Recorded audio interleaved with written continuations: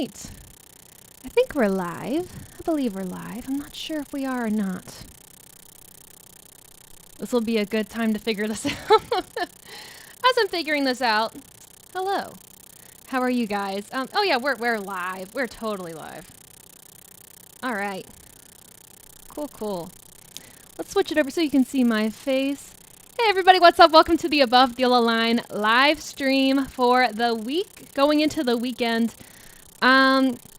So this will be a gaming one. I haven't done one on the Toby Christie channel yet. I'm excited to dive into it though. We're going to be doing first a game of my choice. You guys didn't really like this game, so I'm going to save the one that you guys wanted for last. But we're going to be doing Nascar Unleashed. I got the game right here, PS3, a really fun one. It's kind of an arcade style, came out, I believe, 2011, 2012. Regardless, very excited to play it, so we'll do that one first. I do want to preface this by saying a few things. One, the music will be off in all of these games for copyright reasons. And what else? What else did I want to say? Oh yeah, I'm going to be obviously talking and playing during the stream. My talking while playing is not a strong suit of mine. We've done a bunch of games already on the Above the Yellow Line YouTube channel, so make sure to check that out if you haven't yet. So we might struggle with that a bit, but I am planning on playing this game first, Unleashed, and then we'll take a small break just to kind of chat a little bit. Then we'll go into the main event, which you guys all wanted, NASCAR the game Inside Line. Duh. So we'll go into that last. I played it for the first time last night just to kind of get a glimpse of what I thought about it first. So I'm excited for you guys, if you guys have played this game before, to give me some more background on it, what you guys like about it, and maybe try some of those features. But yeah, now my partner in crime, Sawyer, is not here tonight. If you are an OG Above the Yellow Line stream watcher, you know Sawyer's usually on the streams with me, and he usually helps me out with the gaming stuff.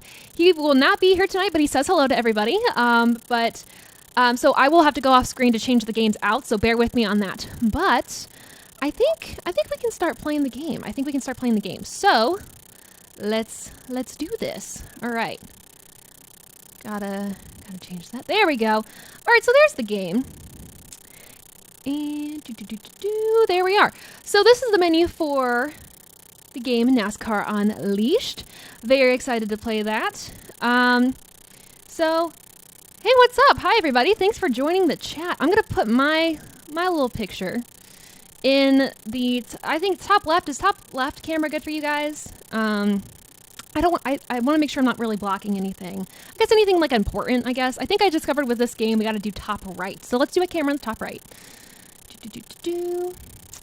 All right, hello everybody. Thanks for being in the chat. So, a little bit of background on my experience with this game, at least. I have played this game religiously with Sawyer. We went through this game and unlocked pretty much everything. Now, obviously, you see the 60% on the side of the screen there. So that doesn't mean everything is unlocked, but we got through at least all of your main tracks. So with this game in particular, there are 15 in real life drivers that they have inserted into the game.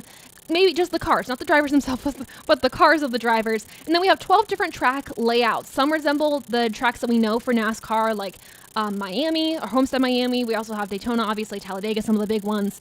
There's also really fun add-ons. Let me just go to Talladega, why not? So really cool add-ons that you can do with these called rewards. You can have confetti mode, crazy pipes. You have superfan mode, which has a hat on the top of the car. I'll turn that on right now.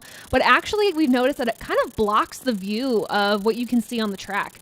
Crazy spoiler, muscle power. So you guys can see kind of what that looks like with, let's do a Jimmy Johnson car, with the Lowe's car. So this is what everything looks like setup-wise if you turn on all the rewards. But like I said, I don't like to have the hat on. It's a little distracting.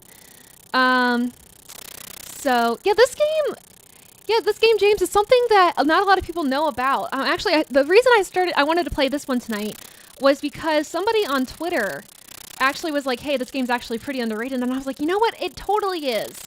So I wanted to show you guys, just to kind of be like, you know, maybe it's a game that you would like. I have this on PS3. I personally like it on the PS3. I think it's good on that. You know what? Oh, what do I want to do? We have a lot of topics to talk about tonight, too. A giveaway we're going to announce, like, the steps to get there. Got to talk about where we want those victory lane interviews at F1 versus NASCAR, governing body, maybe being a little bit more like F1. We might save that for our roundtable discussion next week. Let's see. Drivers on the bubble. We have a lot to talk about. Let me know if there's anything you guys want to talk about, any questions you have for me, whatever. I don't care. This is your guys' chat, our chat. Why not? Let's drive as Tony Stewart. Why not? Oh, I'm glad you like both the games. Oh, I'm so glad. I just decided to start with this one because on a Twitter poll, I mentioned this earlier, not a lot of y'all wanted to see this game in particular. So I decided to do this game first because this is my personal favorite, and then go on to the one that you guys wanted, which is Inside Line. Feedback here. Uh-oh. See, I figured this would happen. All right, let's see. What can I do? I am very close to the TV, so that is on me. Let's see. Maybe we'll just... Let me know if this is better. I'm trying to get the audio as well, so let me know if I decrease the audio here, if that was better. If not, let me know. Audio is something that we have struggled with just because I don't have that golden YouTuber setup like some other YouTubers have, which I'm like, man, I gotta get on that. But right now I am sitting inches away from my TV because that's how the wires are working, and I crashed into a wall, so that's great. And let's back up. There we go. You're kind of sitting inches away from the TV, and we got my computer, of course, right in front of my face. So, like I said, don't have that golden setup. I will say this track, we're at the Talladega track right now, clearly does not resemble Talladega at all. It will resemble it, though, at the very end. Okay, sweet, it's gone. I think I just had to turn down the audio on the system, so that's good.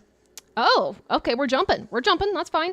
I know I'm very behind, that's fine. I mentioned at the beginning of the stream, don't know if you guys caught this, but my talking while playing game is not strong, so this is more so for the conversation and just to show you guys the features of the game. I gotta get better at it though. I swear I'm better at talking and driving, but all right, this is where we get a little bit of Talladega in. Now I'm gonna go into pit road and show you guys what that's like. So basically, when you go into pit road, you get a boost. You can press triangle, kind of boost you back to the front of the field. The only issue I have at Talladega is when you use the boost, you can't really do anything with it because the track is so like tiny. So there's not a lot I can do with it. But the object of this game is to rack out your opponents, rack up the points so you can win cool prizes.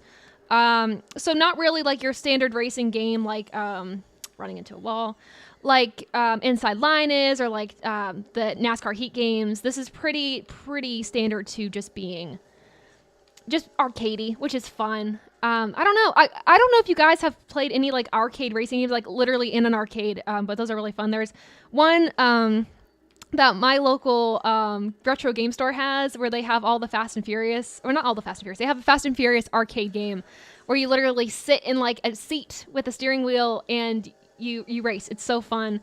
I think it's based around Tokyo Drift, I want to say. So that's a lot of fun. Yeah, I'm definitely not going to win this race. I'm so far behind. How many laps is this? Lap 3 out of 3. Okay, I'm on the final lap. Like I said, not winning this, but now I will say the last time I played this game, I caught the field. Look at that. The last time I played this game was in, I want to say this might have been January.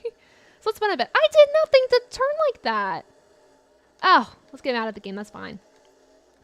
But then once you catch the pack, you gotta kind of mess with them. Well, I'm glad you guys like this game. That makes me happy. Like I said, it's not totally loved, so I get that for sure. It is so much fun. Like I said, I've spent so many hours on this game. It's ridiculous. There's one track, the last track that we had to unlock everything, like the whole game with. It was like the final one of the championship round of this game. I think it took a ridiculous amount of time, like 4 hours, to unlock the final round, which is crazy. I'm not going to win, but I'm at least going to get a top 5. Oh, I couldn't do a top 5. I'm so sorry, you guys. That sucks. I wanted to get that top 5 so bad. I couldn't do it. That's all right. So, like, you get your scores for your position, slingshotting around other cars, if you slam into other cars. Now, there's also challenges on this game, where that's kind of like the lightning bolt, the red lightning bolt is. So, for doing these challenges that they announced, I also turned the voice off. The guy in this game, his voice is ridiculous, and he talks every like 2 seconds, so I turned it off. And then payback is when a rival gets you out, or wrecks you out, and you pay them back, pretty much being like, hey, You wrecked me, I wreck you. Well, we might see this weekend with Logano and Byron. So that'll be interesting. All right. I don't know. I'll show you guys the other tracks. Let me know what you want to see. Let's see. Was there a topic? Victory lanes. Let's start by talking about victory lane. So we saw, I guess now 2 weekends ago, maybe it was, or no, it was last weekend. John Hunter Nemechek, after he won his race, he ended up, doing obviously his victory interview on the front stretch as we've had them for a bit. And he got a beer can thrown at him. This adds to the argument, in my opinion, that we should definitely go back to victory lane to do the interviews. I think it's more personal. I don't know what you guys think.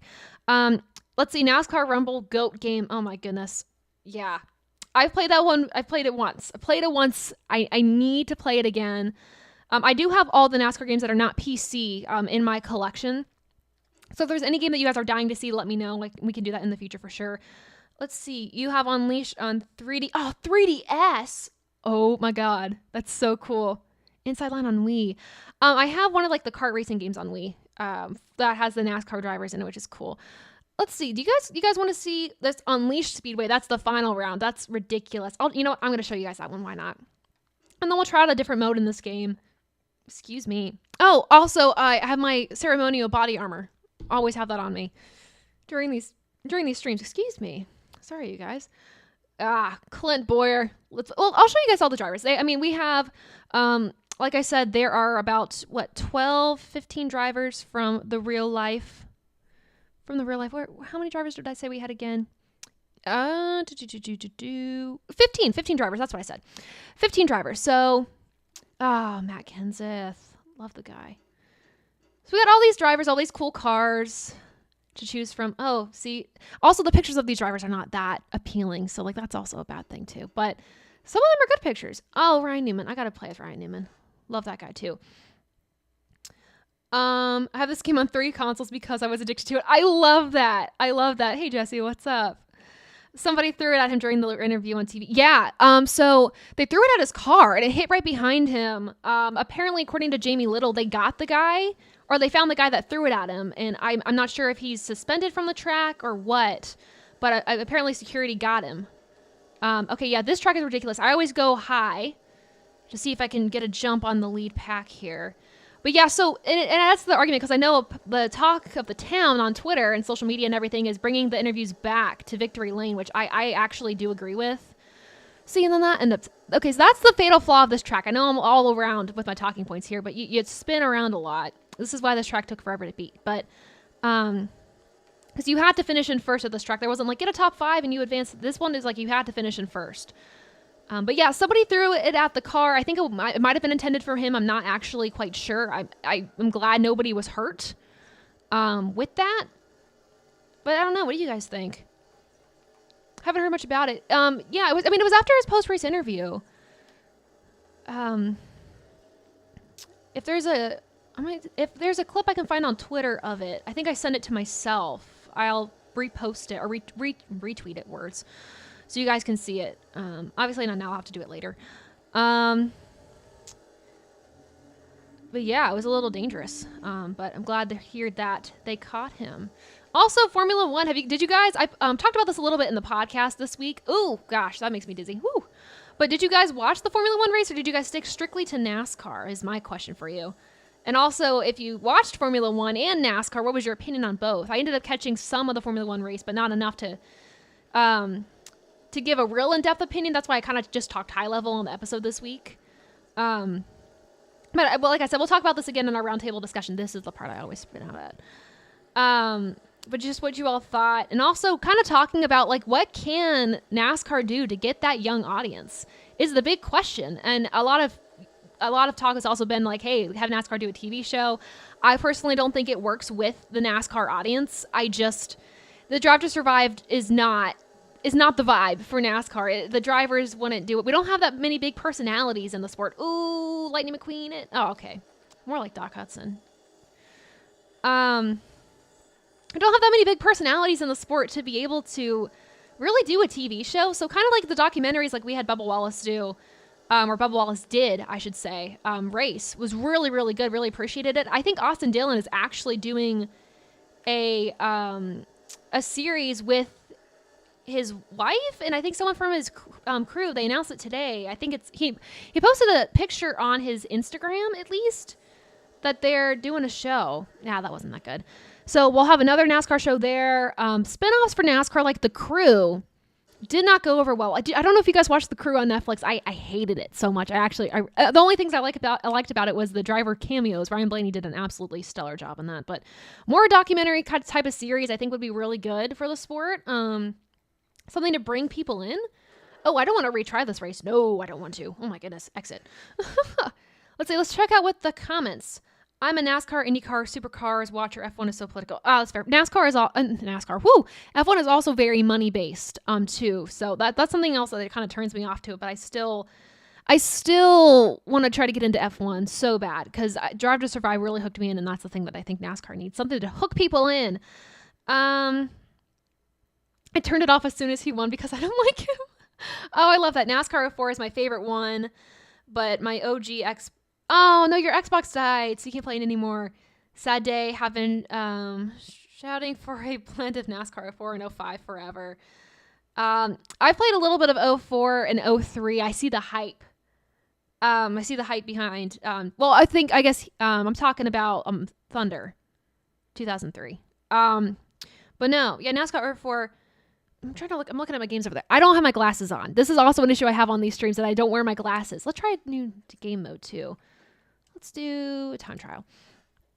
But yeah, that'd be cool. NFL Network, MLB Network. NASCAR needs a network. That's true. I mean, we have Flow Racing, but I don't think NASCAR is actually really partnered with them, and I don't know if that's something NASCAR could get behind, but they need their own network. I totally agree with you. Yeah, Frank also saying that. Oh, wait, no, Frank, you're the same one that commented that. Sorry. Stop treating the broadcast like a joke. No, so that's been my thing. Also, what track do you guys want me to do? We have Talladega, Chicagoland, Unleashed Speedway, Martinsville, Daytona, Homestead. Let me know in the comments what track you guys are dying to see. We've already done Talladega. We've already done Unleashed Speedway. So, any other one. Hey, Gabe, what's up? Thanks for joining. TV people have contempt for their audience in the sport. That's my thing. I want them to take the broadcast more seriously. It's my thing. I'll do Homestead. Why not? And I think that's part of what's losing their audience. I mean, they have fun incorporated into the broadcast, and I appreciate that. And there's fun sketches and everything. But there's a way to do it right, and there's a way to do it to where it's cheesy. And I don't know if I think they've pushed the bounds of what is cheesy and not, and everything's just cheesy now. It also can kind of come off as disrespectful to your audience. Kind of just, I don't know. It's very low. I don't want to say the Fox broadcast is like the bar is set low, but you know, I want to see them do better. I love the people that they have in the booth. I love the people that they have on Race Hub and everything. I think they have a really talented group of people that are running it. It's just you need a really clean broadcast that we haven't gotten. And I understand the thing with commercials. Having done live broadcast for sports via radio, television, being in front of the camera, behind the camera, running a live production, it's tough with commercials because you got to do what the network wants, and you can't always time them perfectly. It just seems to magically hit when a caution comes on, when a commercial comes on. So that's unfortunate. NASCAR needs to be back on the Speed Channel. You know what? Somebody mentioned Speed Channel to me. I think sent me a link on Twitter or something. And I was like, you know what? That would be an awesome thing for NASCAR to throw it back to. Oh, we're spinning out. Oh, no. Checkpoint. Okay, so this is just to kind of get back to the game for just a second here before we go back into a conversation. This is the time trial part of Unleashed. So basically I got to hit these checkpoints in the amount of time that I have on the top of the screen there. If I don't, the game will end. I'm not that good at this, especially when talking. So we'll see how this goes, especially with this track in particular. I'm trying to drift and I can't. Okay, that worked kind of well. So we'll see how this goes for sure. I don't know, Frank, were you the one that mentioned Speed Channel to me? Maybe it was you. I'm probably totally wrong. Oh, I need to use these boosts, you guys. This is what's going to keep me in. Now, here's the great thing about these boosts. I'm going to get the checkpoint. I got it. The great thing about these boosts is they last until you hit like something, like you hit a wall. So as long as I don't hit a wall, I got the boost. Oh, I'm gonna hit a wall. Oh, Carl Edwards, why? That's totally on me. That's not Carl Edwards' fault at all. Also, I guess another good question too. I mean, well, we'll stick with this. I was gonna ask if you guys think Carl Edwards is ever gonna make it into the Hall of Fame, but we'll skip that for now. Let's catch up with the Fox Sports treats their NFL coverage like a joke as well. It's something with the Fox broadcast. Like I think they can clean it up a little bit. I just don't know what they need to do. You know, it's so hard to put on a sports broadcast, and I don't know if everyone realizes how difficult it really is, because you can plan storylines, you can plan things ahead, but that one thing that you planned on the whole time might not happen. Also, camera coverage is difficult. You would think it's a little easier for NASCAR just because you're going around in a circle, but it is a challenge. So I don't take the challenge lightly for the booth and for the hardworking men and women who are at the track every weekend in the broadcast back at the studio in Charlotte every weekend, trying to get us the sport. But there is a way that this needs to be better. They need to bring back Dale. They need to bring back Dale Jr.'s back in the day show. Okay, you need to inform me about this. How do I not know about that? That's awesome. Bring back Daytona racing. Oh, that would be so cool on the beach. I don't know if that would work now with how these cars are. Maybe it's a little safer. I really don't know. I mean, if we're racing on dirt, we can race on the beach, right? Could there be potential for stitched-in ads, like some, Yeah, that would actually be a good idea. Like some stitched-in ads and more side-by-side. I think we need to have more side-by-side. Someone brought this up to me too. Well, let's look at the trophies I have. Incomplete. Let's not look at that. That's shameful. That's shameful. Race points. Oh yeah, these are the points I have. I am so far away from unlocking this Mark Martin scheme. It's embarrassing. Yikes. Let's just do a quick race. Why not? Number of races, 1. Difficulty, medium. Number of laps, let's do 3. Practice mode, no. Okay.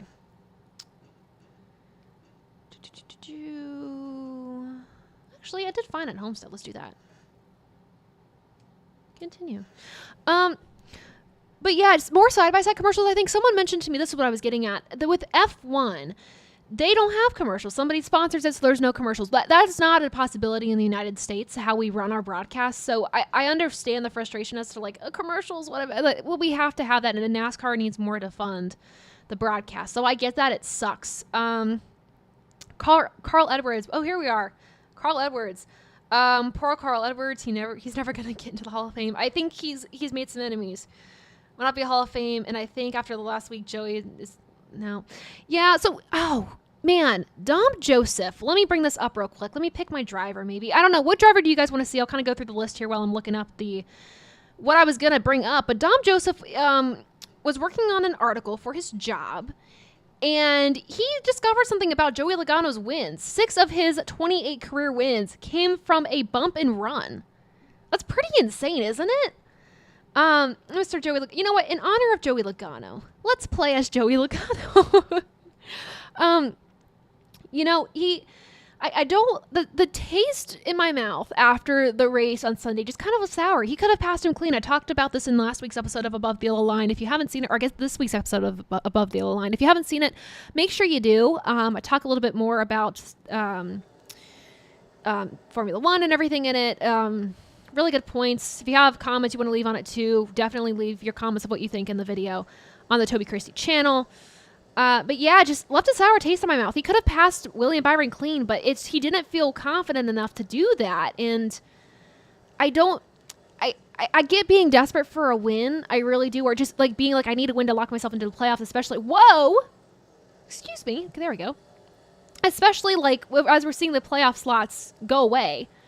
It's a little nerve-wracking. So you're going to want to win to get in. And I think Chastain it's guilty of doing this too, to wreck people to get a win. And I'm hoping he sees maturity, but also this era of racers is being taught that in order to win, you got to wreck somebody. And I don't like that. And I hope that changes, honestly. Joseph. Come on, Joseph Logano. Okay, this isn't going to be... Oh, we're jumping. Awesome. Oh, I got my hand off the gas. Okay, I got so excited. Sorry. This era of racers is being taught that in order to win, you got to wreck somebody, and I don't like that. And it's forcing the veteran drivers to get really frustrated and kind of doing the same in return. And we expect more out of them, I think, in terms of racing with integrity and racing with respect. I should have gone down pit road. This sucks. All right. So somebody taps me one more time. I guess 2 more times. My car's dead. But yeah, they need to be taught to racing with a little bit more respect. And it's forcing the veteran drivers to do what they're doing. And we're sitting back here like, whoa, that's not right. But they're doing what other drivers are doing to them. So the conversation that was brought up a lot last season, racing with respect, is definitely a big one this season, especially with the next-gen cars giving the young drivers an advantage. It's going to be something that we see. Oh, man, I was doing so well. I don't know. If you guys saw who wrecked me out, let me know. And I have to get back at them. Both Busch brothers, Truex, Hamlin, Harvick, Logano, I think are current. They're going to go into the Hall of Fame. So you do think Logano's going to go. Kyle Busch obviously has to. 200th win in the Xfinity Series. Is that right? I'm stats wrong. He got his 60th Cup Series win when he won this season.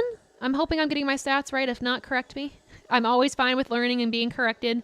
It's part of why I do the podcast, do the stream, so I can learn from you guys. I knew that was going to happen. Kind of fine with that, so I get a fresh car. But yeah, I mean, he's definitely Hall of Fame worthy. I think Harvick is for sure. Kurt Busch definitely could be. I can see that. Who else do you guys think is, out of the current drivers, even if they're young drivers, who do you see that could potentially be Hall of Fame worthy? Jimmy Johnson and Chad Knaus are definitely going to be in it next year. I will tell you that. If they're not in it next year together, I will be flabbergasted. I feel bad for anyone else who's trying to get into the Hall of Fame in 2023. I would be like, you know what? Hold my ballot for like 1 more year. I can be inducted in 2024. No big deal. Oh, so much comments. So many comments. After this level, I'll get to the comments. I promise. Promise you guys. We'll speed run it. Speed run it. Yeah, after this level, we'll take a little break to look at the chat, and then I will switch out the games. So then we can do Inside Line. Because I think a lot more of you have played that. You can walk me through it a little bit. Like I said, I played Inside Line for the first time last night just to give my initial thoughts. So I know what I'm doing. Yeah, there's things I liked about the game. There's things I didn't, with every game I play. But yeah, also in the comments too, if there's a game you want to see me do, I believe June is the first time I'll be able to play a game again. Let me know, because I will be on the road the next 2 weeks. Next week I'll just be at home, and we'll be doing a roundtable discussion with the Above the Line crew. If you don't know who they are, Brandon Lowe, Adam Lucas, Dom Joseph. Hopefully they'll all be on the stream, and we'll just kind of talk about the latest opinions from the sport. But then after that, we'll be at the 600, planning on doing a live stream at the track with the Above the Line guys. At least Dom and Adam, we're trying to figure out how to do that, but we'll be at the track. We'll probably have to do it because of how our schedules are going to work out before the truck race. Unfortunately, we can't do it afterwards with just how scheduling works. But we'll be able to do that. So we'll all meet in person for the first time after knowing each other for about a year, maybe a little bit over a year. So I'm very excited. All right. So let's get to the chat real quick. We will continue momentarily with the games, but let's get to the chat. Ooh, you guys are commenting a lot. Thank you guys so much. I love the interaction. How many bumper runs does Dale have? I don't even know. That's a great question. I don't even know. Logano wanted to send him a message. Well, he sent him a message. Let's see. Chastain has cleaned up a lot from the previous years. He really has. I'm very impressed. I mentioned this last week because when he DNF'd from Darlington, he was my race pick. Serendipitous. I know you guys know that I jinx everybody all the time. So I kind of put that into the atmosphere, so I apologize for that. But no, that was his first DNF of the season, which I could not believe. I could not believe. So he's been really impressive this season so far. I think, James, interesting comment. I think the lack of respect and track etiquette can be traced back to the exit of gatekeepers in the feeder series. That's interesting. That's a good point. I kind of agree with you a little bit. I think also just like, the old culture of racing kind of going away. It's a transition. The media is promoting wrecking to win as well. And Brian Murphy actually posted something. Oh, that's a lot of background noise. Goodness gracious. Brian Murphy also posted a really interesting comment today just about, us over on Twitter. I should say Brian Murphy on Twitter posted, us having really big expectations and how there's no way that we're going to meet them. And it's kind of ruining a lot of things. And I would agree. There's a lot of expectations with the season. And of course, for me in Martinsville, I had my expectations through the roof for that race because I love that track. It's one of my favorites on the schedule. But I hyped it up so much that the race just sucked, in my opinion. And I know the short track package for this, for the next gen car, the Gen 7 car, is not the best. And I hope that they're working on it. But, it was a letdown. And I think we have to really manage our expectations here for sure. I don't think there's a balance between racing too clean and too dirty. No, there's really not a balance. Yes, Kyle does have 60 wins. Larson and Elliott, they need time to prove. I don't think Elliott yet. I want him to back up his championship with another one. I think he can do it. The points this year alone have been really impressive from him. He's obviously now he's won a race. But I want to see him really back this up on the 2020 championship he had. Because there's a lot of, I feel like if you have a famous last name, you're more likely to get into the Hall of Fame in NASCAR. I think that's just kind of the thing. I think Elliott really has to prove himself. Larson could potentially. Obviously, they're still young. Like I said, these are just like kind of predictions down the road. But I think Larson could make it in for sure. Brad will get in, but it will be because of a combination of his on track and soon to come. That's what I was just about to bring up before I read the rest of your comment. It's going to be because of his ownership.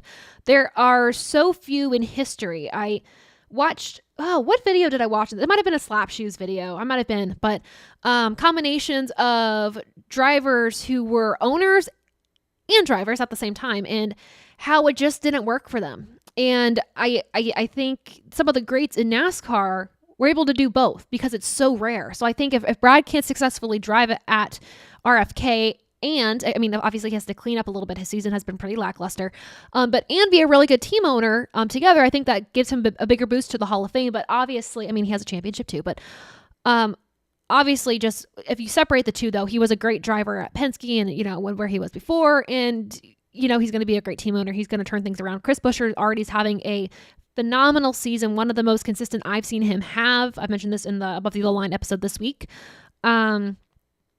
So I think at least things are going to be turning around for Buescher, and I don't know if that's because of Brad or if it's just because, he's getting the equipment he needs, or if he's just maturing as a racer and learning more. So, or maybe, like I said, maybe this next gen car is just favoring him. Oh, you guys should do NASCAR trivia in the chats. I love hosting trivia because I get to learn a little bit more. I know every week Dom Joseph actually sends me track trivia for the track that we're going to. This week for Kansas, I did not do too hot. I will say I got some things right. I think Dom's going to have to remind me of the track I did the best at. I think it might have been Talladega. I got almost every trivia question right. They should not promote Ty Gibbs. That's way too soon. He needs, another year or two. I think 3. I would say Ty Gibbs, and be a hot take, needs 3 years in the Xfinity Series to mature. Talent is not a question, but the thing also with these younger drivers too is they're being promoted based on the money their sponsors bring in, and I don't like that. That doesn't give them the time to mature. That doesn't give them time to earn their spot with the time that they have put in. Their sponsors are earning it for them, and I don't like that. Oh man, you guys aren't doing well in trivia, are you? Matt Crafton, a Hall of Famer? Oh, if I'm counting the Truck Series. Oh, no? Can I say no? I just don't know if he's a Hall of Fame worthy. If maybe? Give me your case, Gabe. While we're doing that, I'm going to put the other game in. So let me at least, I don't want to do this. So I will still be here. I'll probably yell into the mic. If you can't hear me, I am so sorry. But let me, I guess, put this on the screen for you right now. But I will be back in like less than 5 minutes. Gonna put the new game in, just so you guys can have it on. And we'll start Inside Line in a few minutes. All right. Keep doing trivia in the comments, you guys. I'm terrible at I am too. Karsten. I am horrible at trivia. I want to be better. I really do. I like doing trivia, or hosting trivia, so I can learn more. There's also a trivia challenge on the Above the Line original channel. Just type in Above the Line trivia, or just look on our page of all of our videos and you'll see it up there. But make sure to follow along. I still have to edit the second part. It's been so long and I haven't had time, so hopefully this summer I'll get to the second part. But let me put Inside Line in now. I said I was going to do that like 2 minutes ago. Let me do it now. So continue in the comments. I will be back very shortly.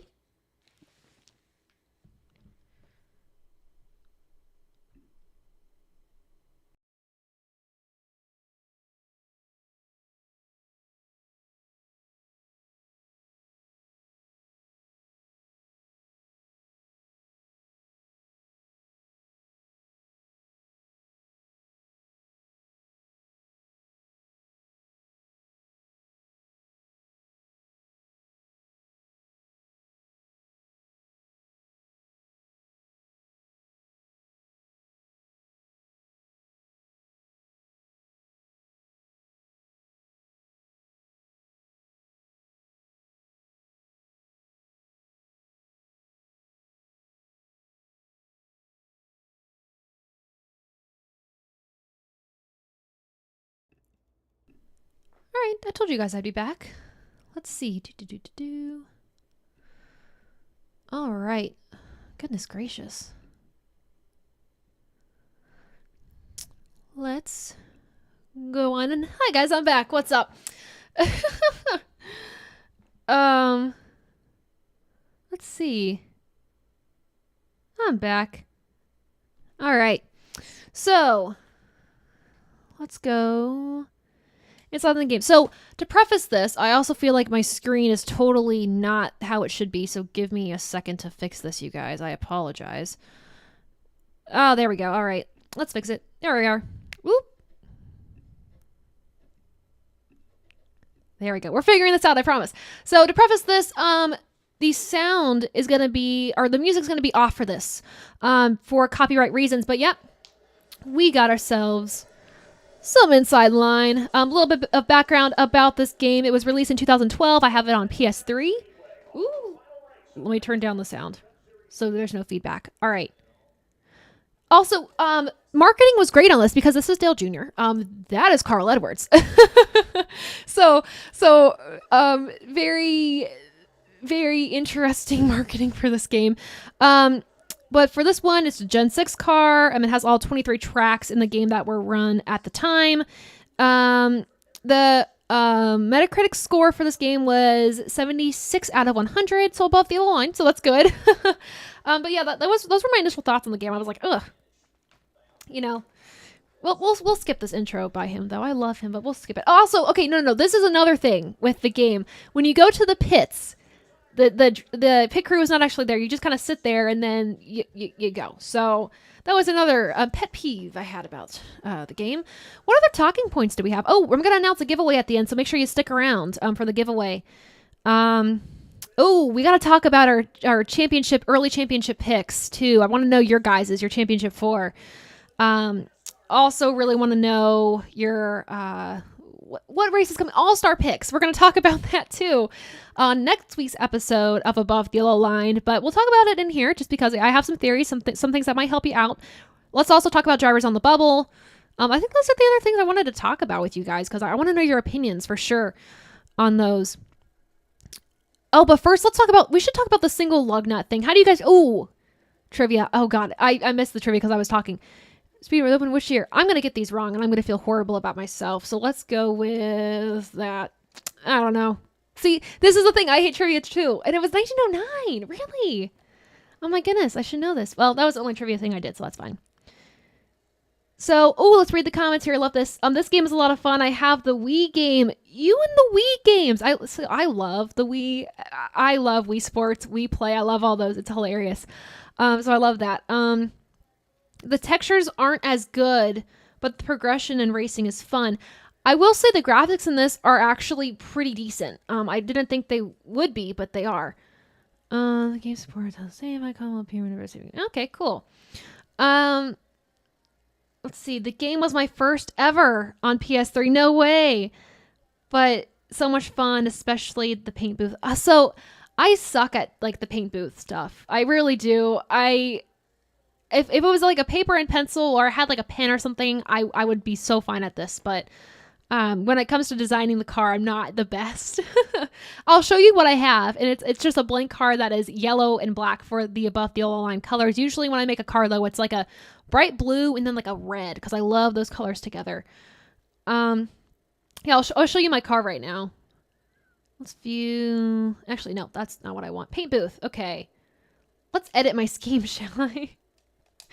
Yeah, Jesse, this is all I have. I'm embarrassed by it. But this is the number that I like to choose when it comes up on the screen here for whenever I am able to make my own cars. I like to choose 13. I am a triplet. I am one of 3, so that's why I like the 13 here. I'm also trying to think, should my camera be on the left or the right? Let's keep it on the left for now. This is what I have. Pretty lame. Any design tips to make this a little easier, let me know, but we will exit out of this for now. Save and exit. So I haven't played with career mode yet, so maybe we'll start with that. I played this game. I tested it out with Sawyer last night. I'll just save changes.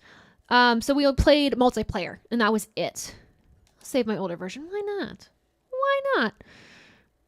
But yeah, what do you guys think about the new tires? What are we thinking? I personally am kind of thinking we should have just stuck with the lug nuts that we had. Not gone to the single. And I'm thinking about this too for the All-Star race with the pit road competition. The pit stop competition. They're gonna really have to get the lug nut on tight, because if it's all about speed and not about like if they're thinking more speed and they're not thinking about let's get the lug nut on tight and then leave pit road, then man. Oh no, I know I need to. It's also Friday the 13th, so that's a little bit of bad luck. We'll have bad luck together, Frank. I am so sorry. Let's all have some bad luck.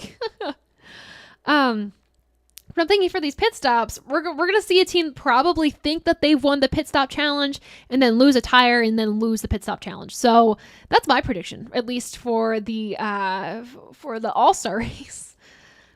But yeah, definitely need to lose the single lug nut. If anything, at least have some sort of backup assurance with those. I don't know. But I do. What do you guys think of the penalty? Oh yeah, my normal number is 12. I couldn't pick 13 or anything resembling like 13, so I went with 12 because it was the closest.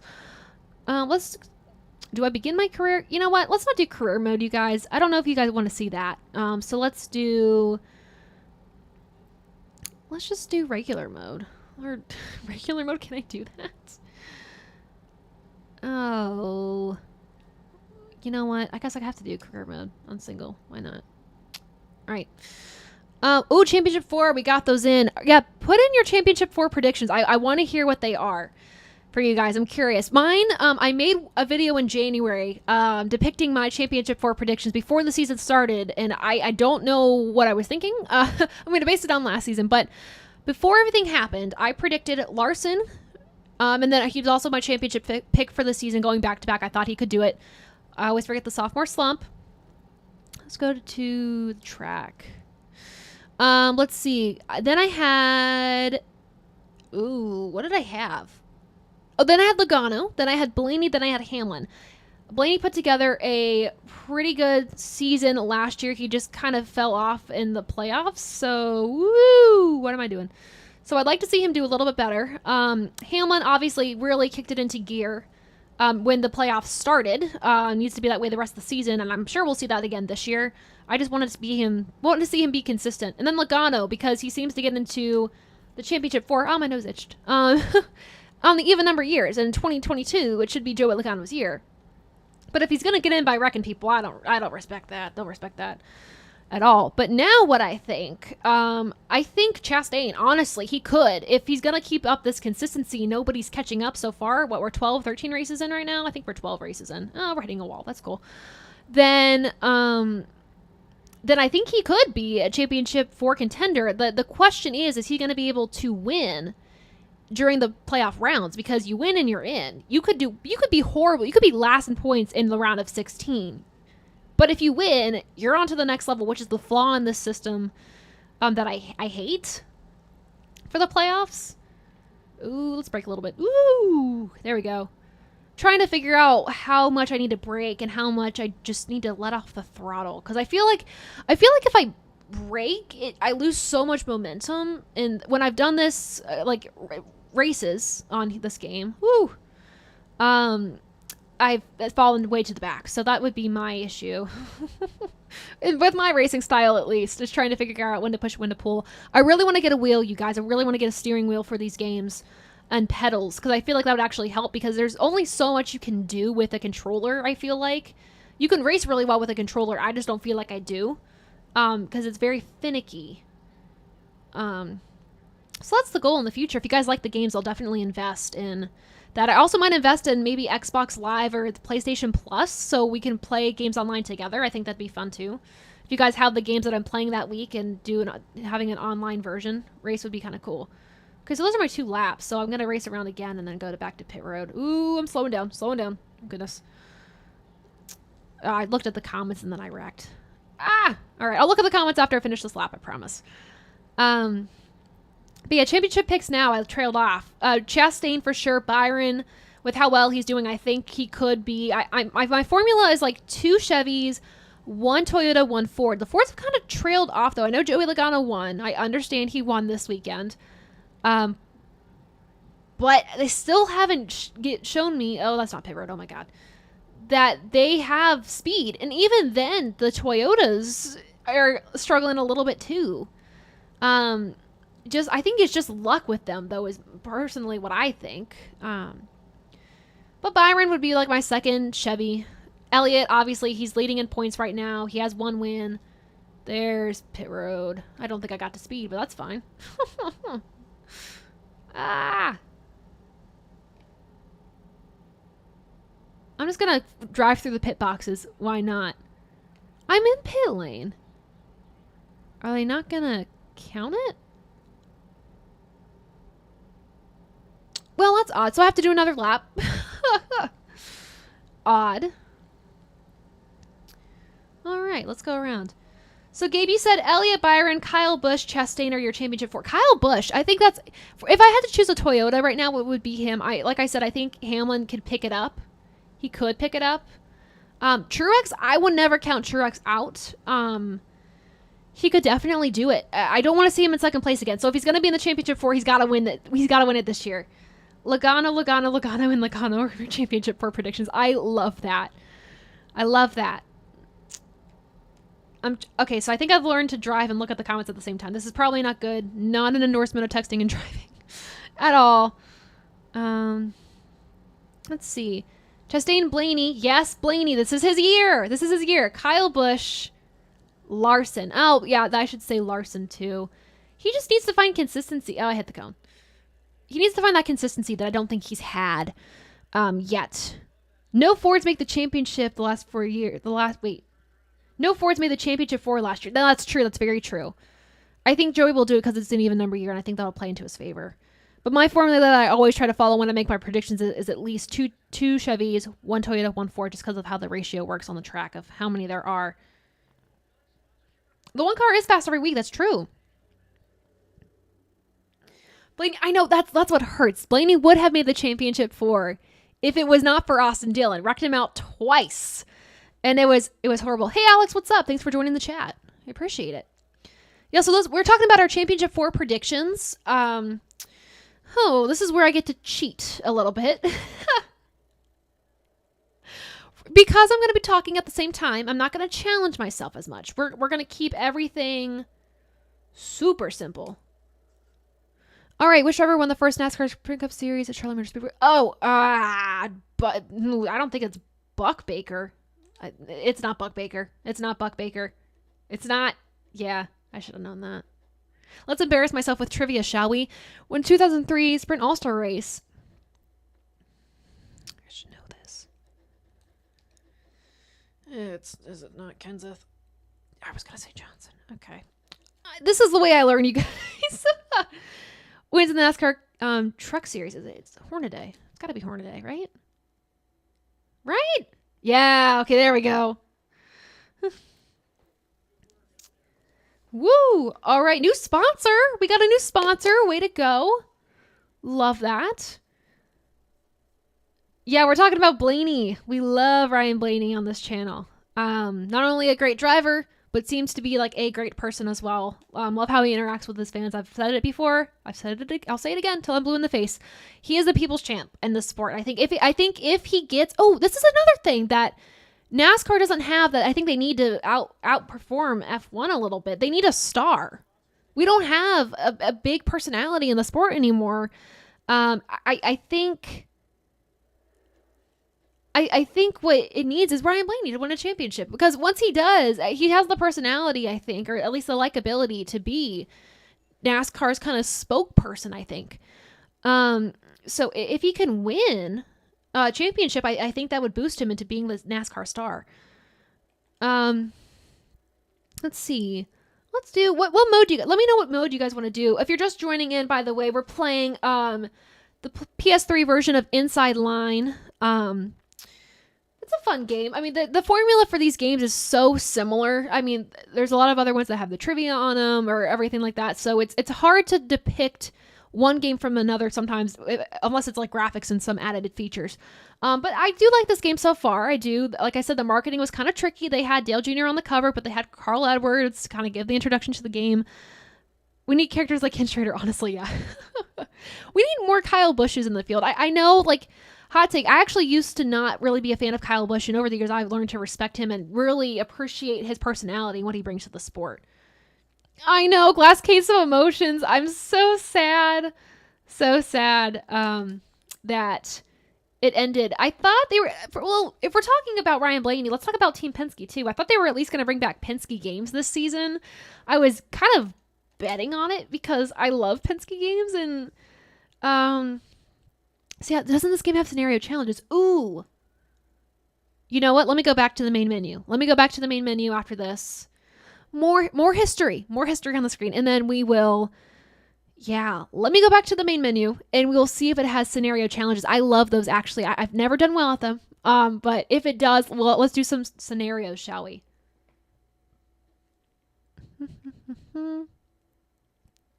What NASCAR TV shows would you guys like to see? That's actually a really valid question, because if we're talking about glass case of emotions, what NASCAR needs to do we'll full circle with this F1 conversation here with stars of the sport, but what TV shows would you guys want to see with NASCAR that would kind of boost your interest? Oh, we got to do easy.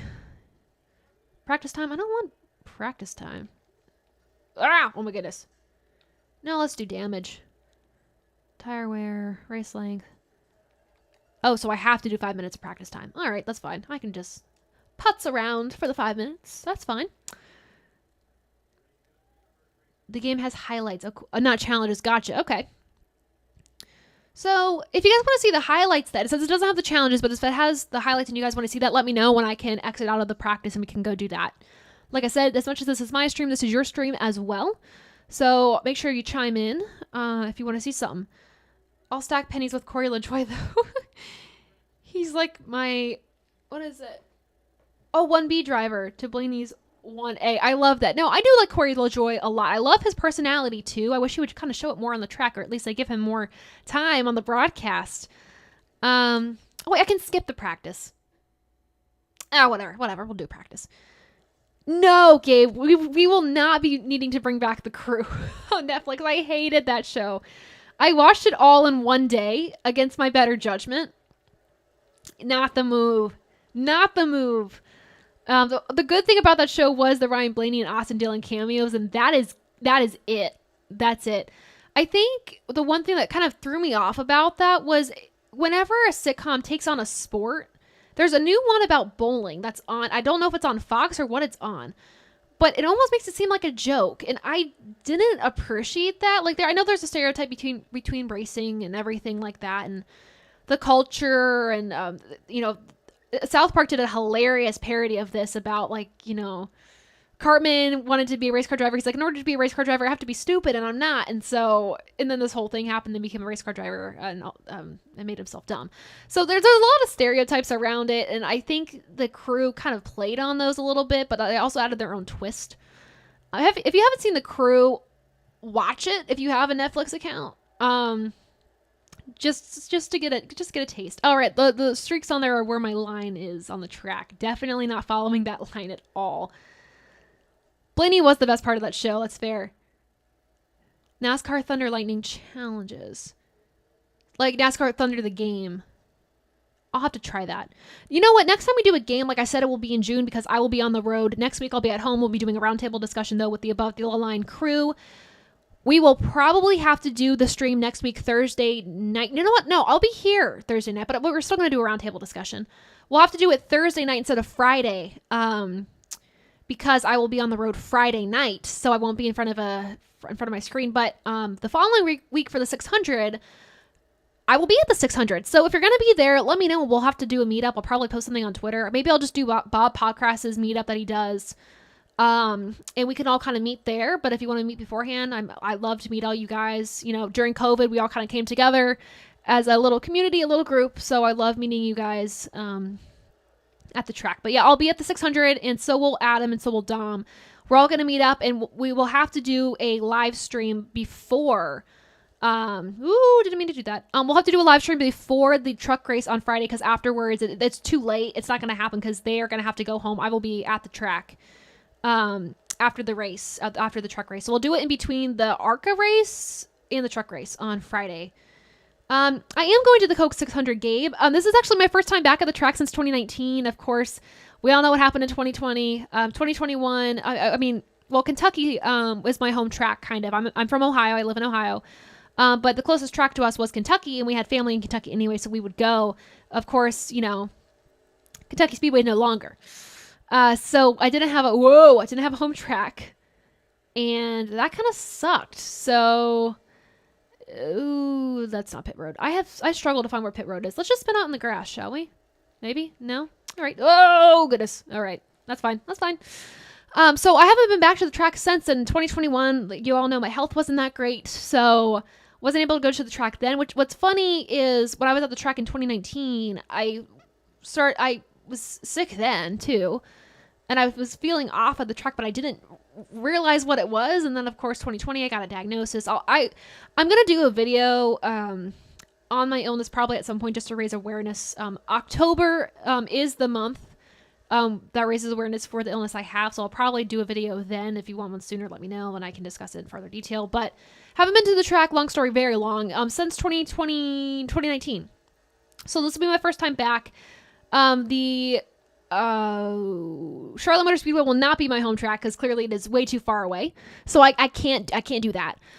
But maybe I might be at the Michigan race. Sawyer and I might try to go. That'll be his first race if we're able to go. It depends on obviously money, and it also depends on if we can get work off to go that weekend. But we might go to the Michigan race in August. Let's see. I don't know why they moved the All-Star race from Charlotte. I don't know either, honestly. I really don't. So that's Taylor, have you watched? I'm so sorry. I'm just seeing these comments. Wait, hold on. Burnin' Rubber. Oh my god, I love your name on here. That's so fun. I used to love watching the pit crew challenges for the All-Star race back in the mid-2000s. I wish they could bring it back. I know. I love finding those clips on YouTube and watching them back. They should. When I saw the All-Star format this year, well, we'll talk for a second before we go into the you know what? I'll end the session there. Yes. What was I talking about? Oh yeah, seeing the All-Star format this year, when they said they're taking a break for the pit stop challenge, I thought it was going to be, obviously it's not like the pit stop challenges that we had, you know, back in the early 2000s, but I thought it was going to be more similar to the original. Kind of sort of, not what we had last year, like green pit stop challenges, not like we had last year. Last year's All-Star race, oh my god, joke. It was horrible. But I do wish they could bring that back. Burnin' Rubber, I really do. I love your username. I love it so much. Frank Taylor, have you watched Days of Thunder or Stroker Ace? Stroker Ace, oh, you know what? Oh, it's over there. I can't grab it right now. But I actually have a vinyl of the Stroker Ace soundtrack. Really cool. I found it at a retro store, at Retro Gaming Store. So that was really fun to find. It was a really cool find. Let's see. You know what? Let's talk for a second. Before we go back to the game, shall we? What's up? All right. I have to talk through that. I am so sorry. But no, I have seen Days of Thunder. It is my favorite like racing movie of all time. I love it. And that's big for me to say because I love cars. Actually, my 18th birthday party as a joke was themed cars. My sister and I did that. That was hilarious. But no, I love Days of Thunder. It's so good. Let's see what else. We're Kentucky. I don't know why they moved the race. Ohio. Here's the thing, James. I have not visited Eldora and I hate it. I'm hoping to go to Sharon Speedway for the SRX race. I really, really want to. It's a matter of getting there. I'm personally just health-wise can't really drive over 10-15 minutes. So getting there is going to be the big thing. But once I'm there, I hope I can go. But I really want to go to Eldora so bad. When they raced last year at SRX for the SRX series, I really was like, man, I wish I was there. But Sharon Speedway having the Blaneys there this year and Chase Elliott, I hope I can go. I hope I can make that work. I have to save up a lot of money to get the F1 race to go. I have to save up a lot of. Oh yeah. So, do I share this? I don't think I'm going to share this. I'm not going to share. I was going to share. Sure I will. So the F1 race in Miami. My dad actually works for DHL. And he had the opportunity to actually go to the F1 Miami race. He was like, I don't know, like if we have an extra ticket or not, like if you'd want to go, or if, I don't know any details. We'd have to fly there, but that's all I know. And this was like a week before the actual thing, and I had scheduled to like do work. And obviously now, with being on the Toby Christie channel, I wanted to really focus on the NASCAR race Sunday, and I was like, crap, if I'm going to be at F1, I can't focus on NASCAR, so I didn't go. I had like an hour to make a decision, and I regret not making the decision to go. You guys are all thinking I'm nuts, so I apologize for that. Also, just health-wise, I was just really nervous about going there, not having a plan, so that's the reason why I didn't go. Let's see, I remember when Darrell Waltrip cheated in his own burnout challenge. I love that. Here's a great performance. I can't try 55. Oh my God. The break that we took in between the All-Star race. Like seriously, the break we took in between the All-Star race to do a concert. Oh yeah. I think last year they went all out because they had to. This year we're taming things back down. Rightfully so. We have to. Oh my gosh.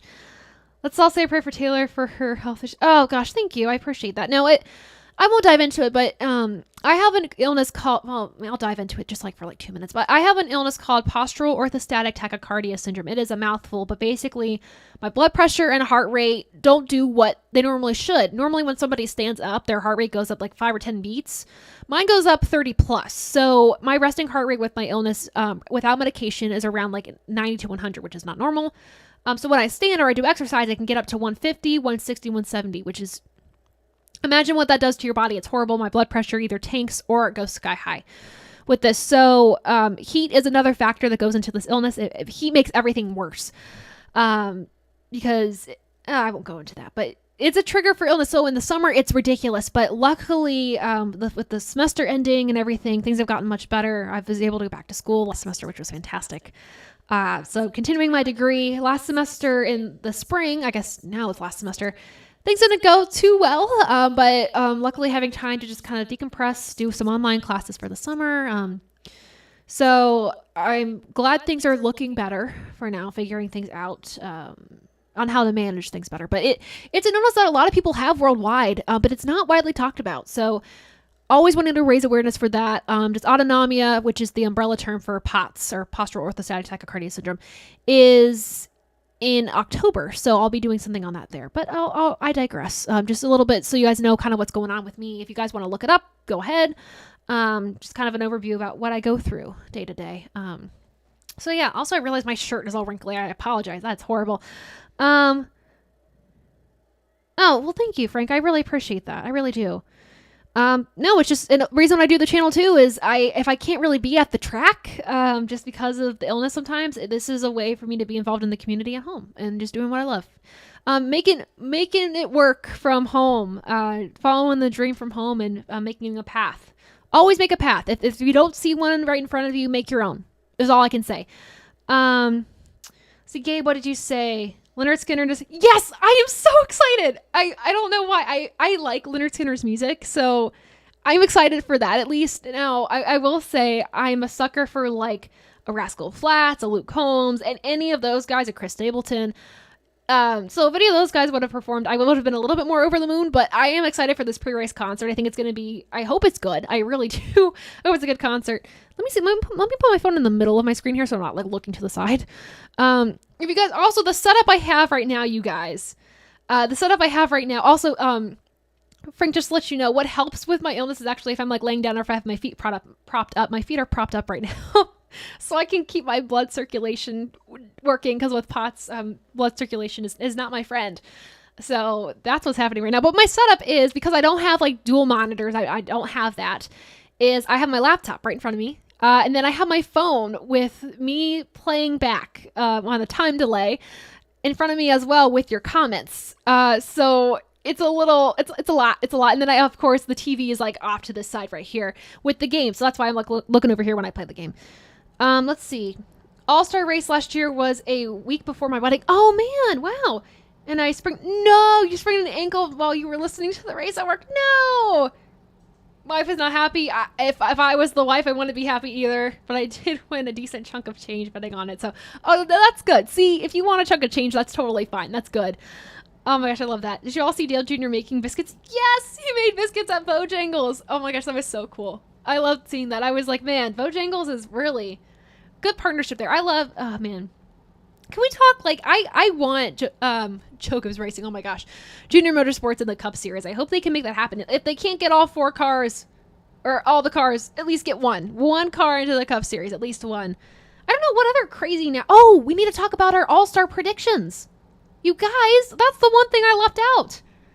That's one thing I left out. We'll get back to the game in a second, but I guess while I'm waiting to get back to the game, give me your All-Star predictions. Your Stage 1 winner, or at least All-Star Open, we should talk about. Your Stage 1 winner, Stage 2 winner, the race winner of the All-Star Open, and then the fan vote. There are 4 predictions that I want you guys to make in the comments below. Let me know. Yeah. And then obviously when we get to the All-Star race, tell me what your crew win is going to be, and then tell me what the final winner is going to be and why. There's a lot I'm asking you guys to do in the comments, but I'm really curious. I'll share mine here, but I'll also put them in the video next week for Above the Yellow Line. At least I'll probably share my All-Star Open picks. Kurt Busch's Jordan car looks nice. It does. Did you see his fire suit too? His fire suit looks so good. So I like that. I was kind of surprised they didn't go with Bubba for that sponsorship, but Bubba's sponsorship is loaded. So I guess I understand why they chose Kurt for that. So that makes sense. It does. All right, let's bring the game back. Woo! All right, let me know what mode you guys want to go on. I'm currently qualifying for the Daytona 500. So, Frank, I'm assuming you are a Joey Logano fan. No shade there. No shade there. I actually last podcast I did that went up Tuesday. I was wearing a Shell Pennzoil shirt, a Joey Logano shirt. Yellow is not my color. I know it's like my whole brand, the yellow, black, and white for Above the Yellow Line, but plain yellow does not work well with my skin tone. But I have that shirt, though, for when Joey Logano wins, so that's good. I also had a Shell Pennzoil hat I should have worn. I'm just now thinking of that. You don't know who'll win the fan vote. You know what? Last year, really interesting. Oh, yeah, I think Greg's will win the Cup Series next year. I hope he is. I mean, he's getting really good opportunities. Qualify then race, yes. Have they announced what experiments they're going to try at the All-Star race? They have not. At least they've announced the format. I'm going to go over the format in this week's episode of Above the Yellow Line, or I guess next week's now. It'll be out on Tuesday at, I believe, 4 p.m. is the time I've decided on for now. I think that's the time that works best for everyone out there.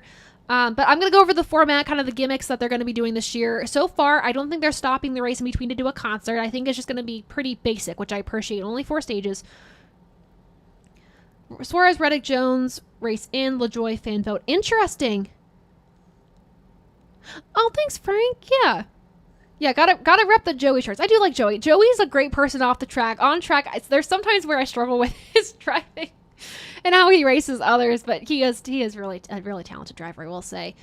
Chastain will win the All-Star race. I actually agree with you, Gabe. I think he will. Now, I'm not going to be doing race points or race picks 4, us at Above the Line, we have our whole crew picks and everything, because I don't think it's fair to do points for a race that is not 4 points. But I think Chastain will win it. I will probably give my reason in the ATYL episode, so you guys have a little something to look forward to in next week's episode.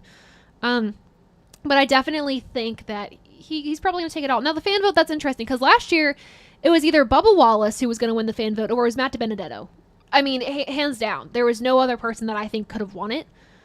And then Bubba Wallace didn't win it, and I was kind of shocked. Or, yeah, is that how that happened last year? Remind me. I'm forgetting.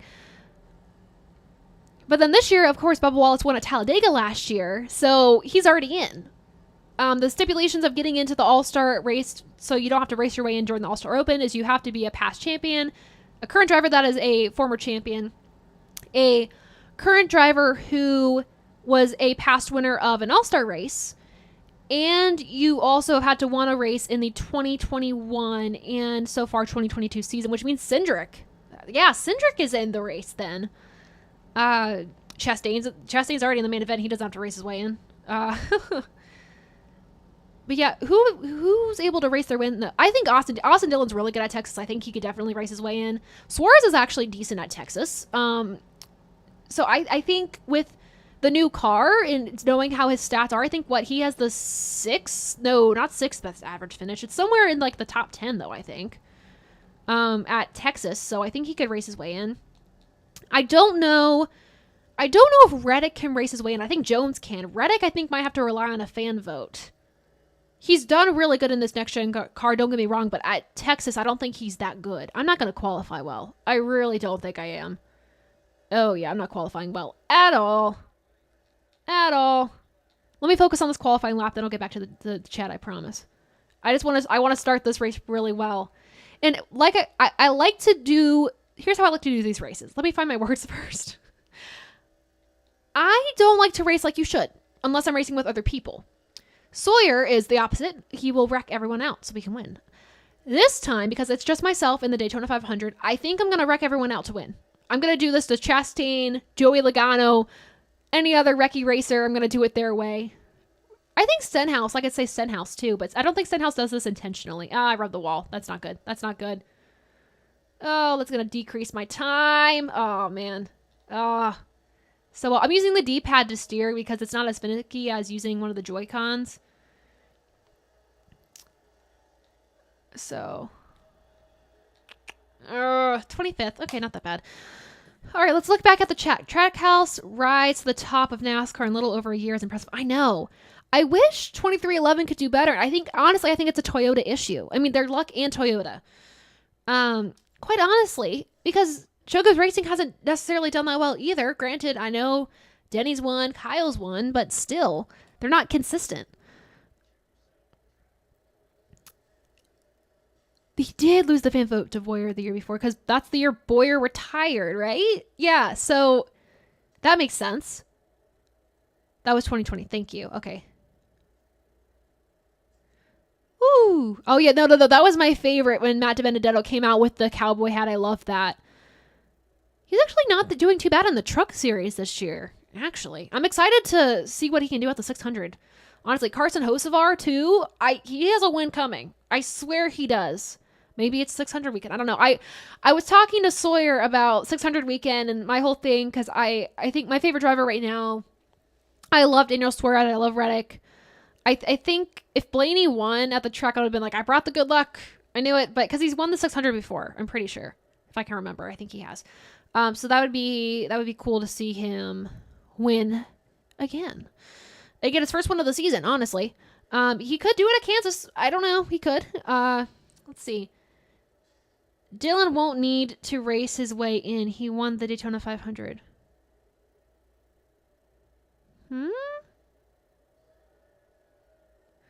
What do you mean? I thought, well, Austin Dillon's in the fan vote.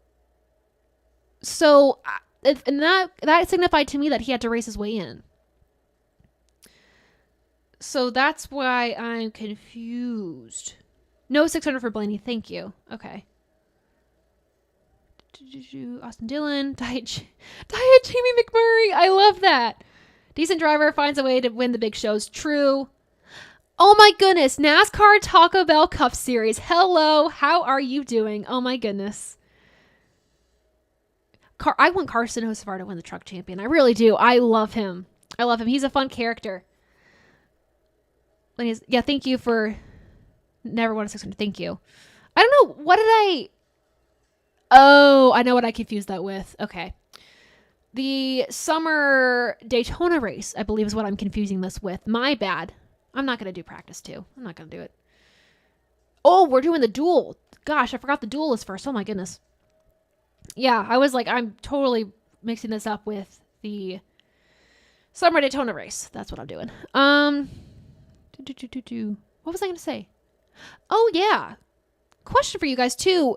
If I'm able to get drivers on the show, on Above the Yellow Line, to do kind of like a Through the Timeline series. And Through the Timeline, I did this with Brian Murphy, a really great guest to have on the show. Got to talk to him a lot about his role at SHR in their season that they've put together so far, as well as the Gen 7 car. Kind of about his journey in the sport and what he's doing now is kind of the Through the Timeline segment and what that's all about. If you haven't seen that video, make sure to check it out on TobyChristy.com, the YouTube channel we're on right now, actually. So make sure to check that out. But if there could be any drivers on the show from any series or any personalities from NASCAR, who would you want on Above the Yellow Line? Let me know. I have some people in my brain. If you want to know who I'm thinking too, I'll share. But I'm open to get drivers on the show. But boy, oh boy, do I have stories about, oh gosh. Jeffrey Earnhardt in the 18 in 2023. Wait, like the Cup Series? Explain this theory. Explain this theory. Known him since Oh, that's so cool. You've known him since you were 7. Oh, that's so cool. They might have changed it this year. It used to be when you won a Daytona 500, you're automatically in the All-Star race. I don't know if they changed the game. Let me do some research on that, because what I saw was he was up for a fan vote, which meant that I don't think that he's automatically in. Oh, Jeff Earnhardt on the show. That would be cool. I wish. What's his... You guys want to know what his favorite beer is? That's hilarious. I actually have a Busch beer cooler I won last year in one of the Harvick 4 lap contests. It was every lap that had a 4 in it, you entered the contest for Busch beer, and I ended up doing that, and I won. They sent money as well, so like that was freaking cool. It was like $444, which was awesome, just because to stick with the 4th theme. And then I have a Busch Light Apple cooler over on my left. I have a picture on my Instagram page, but it's super cool. Fun fact though, I don't drink. So it's holding all my NASCAR games. I will occasionally, very rarely, drink, like 5 times a year. But that is it. What do you think of the All-Star qualifying rounds, the final 8 fastest drivers? No, so that's something different too. I'm glad you brought that up, Burnin' Rubber. Also, again, love your nickname. Oh, Joey. Well, at this point, that's not Joey, so never mind. I'm thinking of this recently. I'm like, wait, you're not Joey right now. My bad. Hornish, that's who you are, Landon Castle. My nose itches again. Oh my gosh. Okay, we're gonna run into the wall, and I'm gonna wreck him out. That wasn't my fault. It was my nose. It was my nose fault. Oh my gosh. Oh, goodness. All right, so what do I think about caution? So I can answer this question. Itch my nose. I am so sorry. Okay, what do you think of the All-Star qualifying rounds? The final 8 fastest drivers are going head-to-head. They will start at the end of the pit road, side by side. I actually really like that. Now, my thing with that is, though, I feel like qualifying for the All-Star race should be just like any other qualifying, like based on speed, you know? Obviously, if they're the 8 fastest drivers, they're going to be fast regardless. So I don't know the value that adds to the All-Star race, other than it makes qualifying more fun to watch, I guess, is the thing. So I don't know. I guess my opinion on it is I'm not going to know how I feel until I see it, but I don't think it really makes a difference or brings intrigue into qualifying. It doesn't add anything, in my opinion. Jordan Anderson, Jeremy Clements, Ryan Newman's neck? What is that a comment to? Who you want on the show? Jeff Earnhardt is the best and needs a championship. He does. Oh my gosh, he proved so much at Talladega. I mean, he raced like his grandfather on that last lap. Holy crap, let me tell you. I got so excited seeing him race. Let's see. Oh, I have a broken something on the car. My goodness. That's why I'm not going as fast. Because I was following the draft. I mean, obviously now I'm not. I'm doing horrible. I just need to run the top. I need to get that speed on the top. What did you say, Taco Bell? Coming out of turn 4, Taylor Kitchen wins the Daytona 500. I wish. That's never going to happen. Oh my goodness. Playing these games, like, I have so much... I mean, this is horrible to say, but I'm going to dive bomb it. I'm going to get under. I'm going to get under him. Go. Go. Can I do it? Can I do it? Oh, goodness. I'm not going to spin him out. I'm not going to do it. I told you guys I was going to race dirty for this, but I'm not going to. I might. I'm going to change my mind. Never mind. I probably will. I will wreck people out to win. Final lap. Ugh. 22nd out of 22nd. Yeah, I'm losing this duel, you guys. Losing the duel. Let's see. And like I said, when I play these games, my brain goes from like one place to the next. I lose my train of thought. Oh, right. Yeah, I'm never going to win the Daytona 500. That's what I was going to say. Those are dream words, Taco Bell. Dream words. I can at least get past him there. There we go. All right. I'm just flooring it at this point. Castle. We got past Wise. Almirola's next. If I get that lead pack, I can wreck them all and win. But I don't think I'm going to catch it in time. I'm not going to catch it in time. Oh, this hurts. I should have run my line, you guys. Should have run my line. Yeah.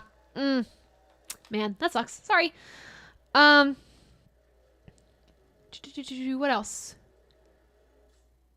Yeah. Yeah. I know. I recognize the mistake with the 22. I was picturing it as these were all current drivers in my brain, and I quickly realized that's wrong. Post-race interview, it wasn't my fault, but post-race interview, it wasn't my fault. My nose itched. Honestly, I want a driver to do that in real life. That would be fantastic. Taylor, you should live stream watching old races. You know what? I really want to do that. My whole thing is the copyright thing, though. I don't think I can watch a whole race. You would have to just have my reaction and just the audio, but then the audio might be copyrighted. So let me talk through that because I really want to do that. Actually. So, the most consecutive starts in the Cup Series. Oh, crap. I know this. It's going to be wrong. Alex, you're going to come for me in the comments saying that I'm always wrong on these trivia questions. And I know I am, but this is how I learn. July 2012, which driver has the most career starts in the Sprint Cup Series? That would be Richard Petty. No, but it's going to be Kevin Harvick. Oh, I'm right. Okay, cool. I always second guess myself with the wrong answer and win. After winning the 4 Crown Jewel races, it's got to be $1 Million Bill, right?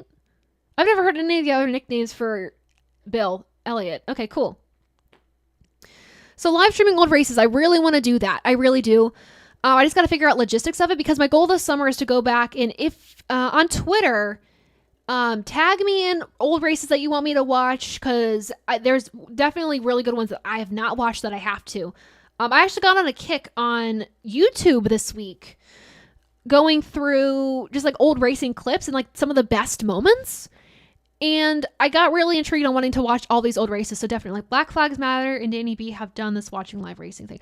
I've seen them do it. So I'll have to go back and watch their videos. I watch their videos all the time. So I'll have to watch and see how they've done it to avoid copyright claims.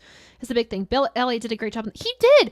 You know what? I was very impressed with Bill Elliott in the booth. I know Chase Elliott was like, I don't know how my dad's going to do. He's not really a TV guy. But no, he did so good. Let's see, what other modes do we have here? I don't know. Challenges. Let's just do highlights. Why not? Head to head. That sounds kind of cool, though. Oh, okay. So we have challenges, folks. We have challenges. Let's learn some things. I became a fan in 2016, so we're going to learn today. Oh, the closer. Let's go. Easy mode. I got to do this on easy mode. So on the final lap, Auto Club Speedway at Atlanta. On the final lap at Atlanta, Harvick is in a prime position to pass Jimmy for the win. Can you relive history by bump drafting Jimmy into the entrance of turn 3 and then passing him for the win? Question mark. No, I can't. No, I cannot. All right, what are you guys saying in the comments? Yeah, Bill Elliott did a good job in the booth. I was underwhelmed by Richard Petty. I didn't think he was a broadcast type of guy. So maybe not necessarily underwhelmed, maybe not surprised, but more so just was kind of like, Bobby Labonte obviously did a great job in the booth. He did so well. I so badly want to help you, but sometimes I want you to figure out the answers. Well, here's the thing with the streams. You guys are on a delay.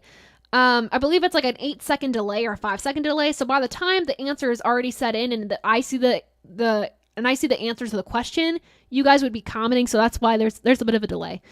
I know Harvick in the 29. Isn't that cool?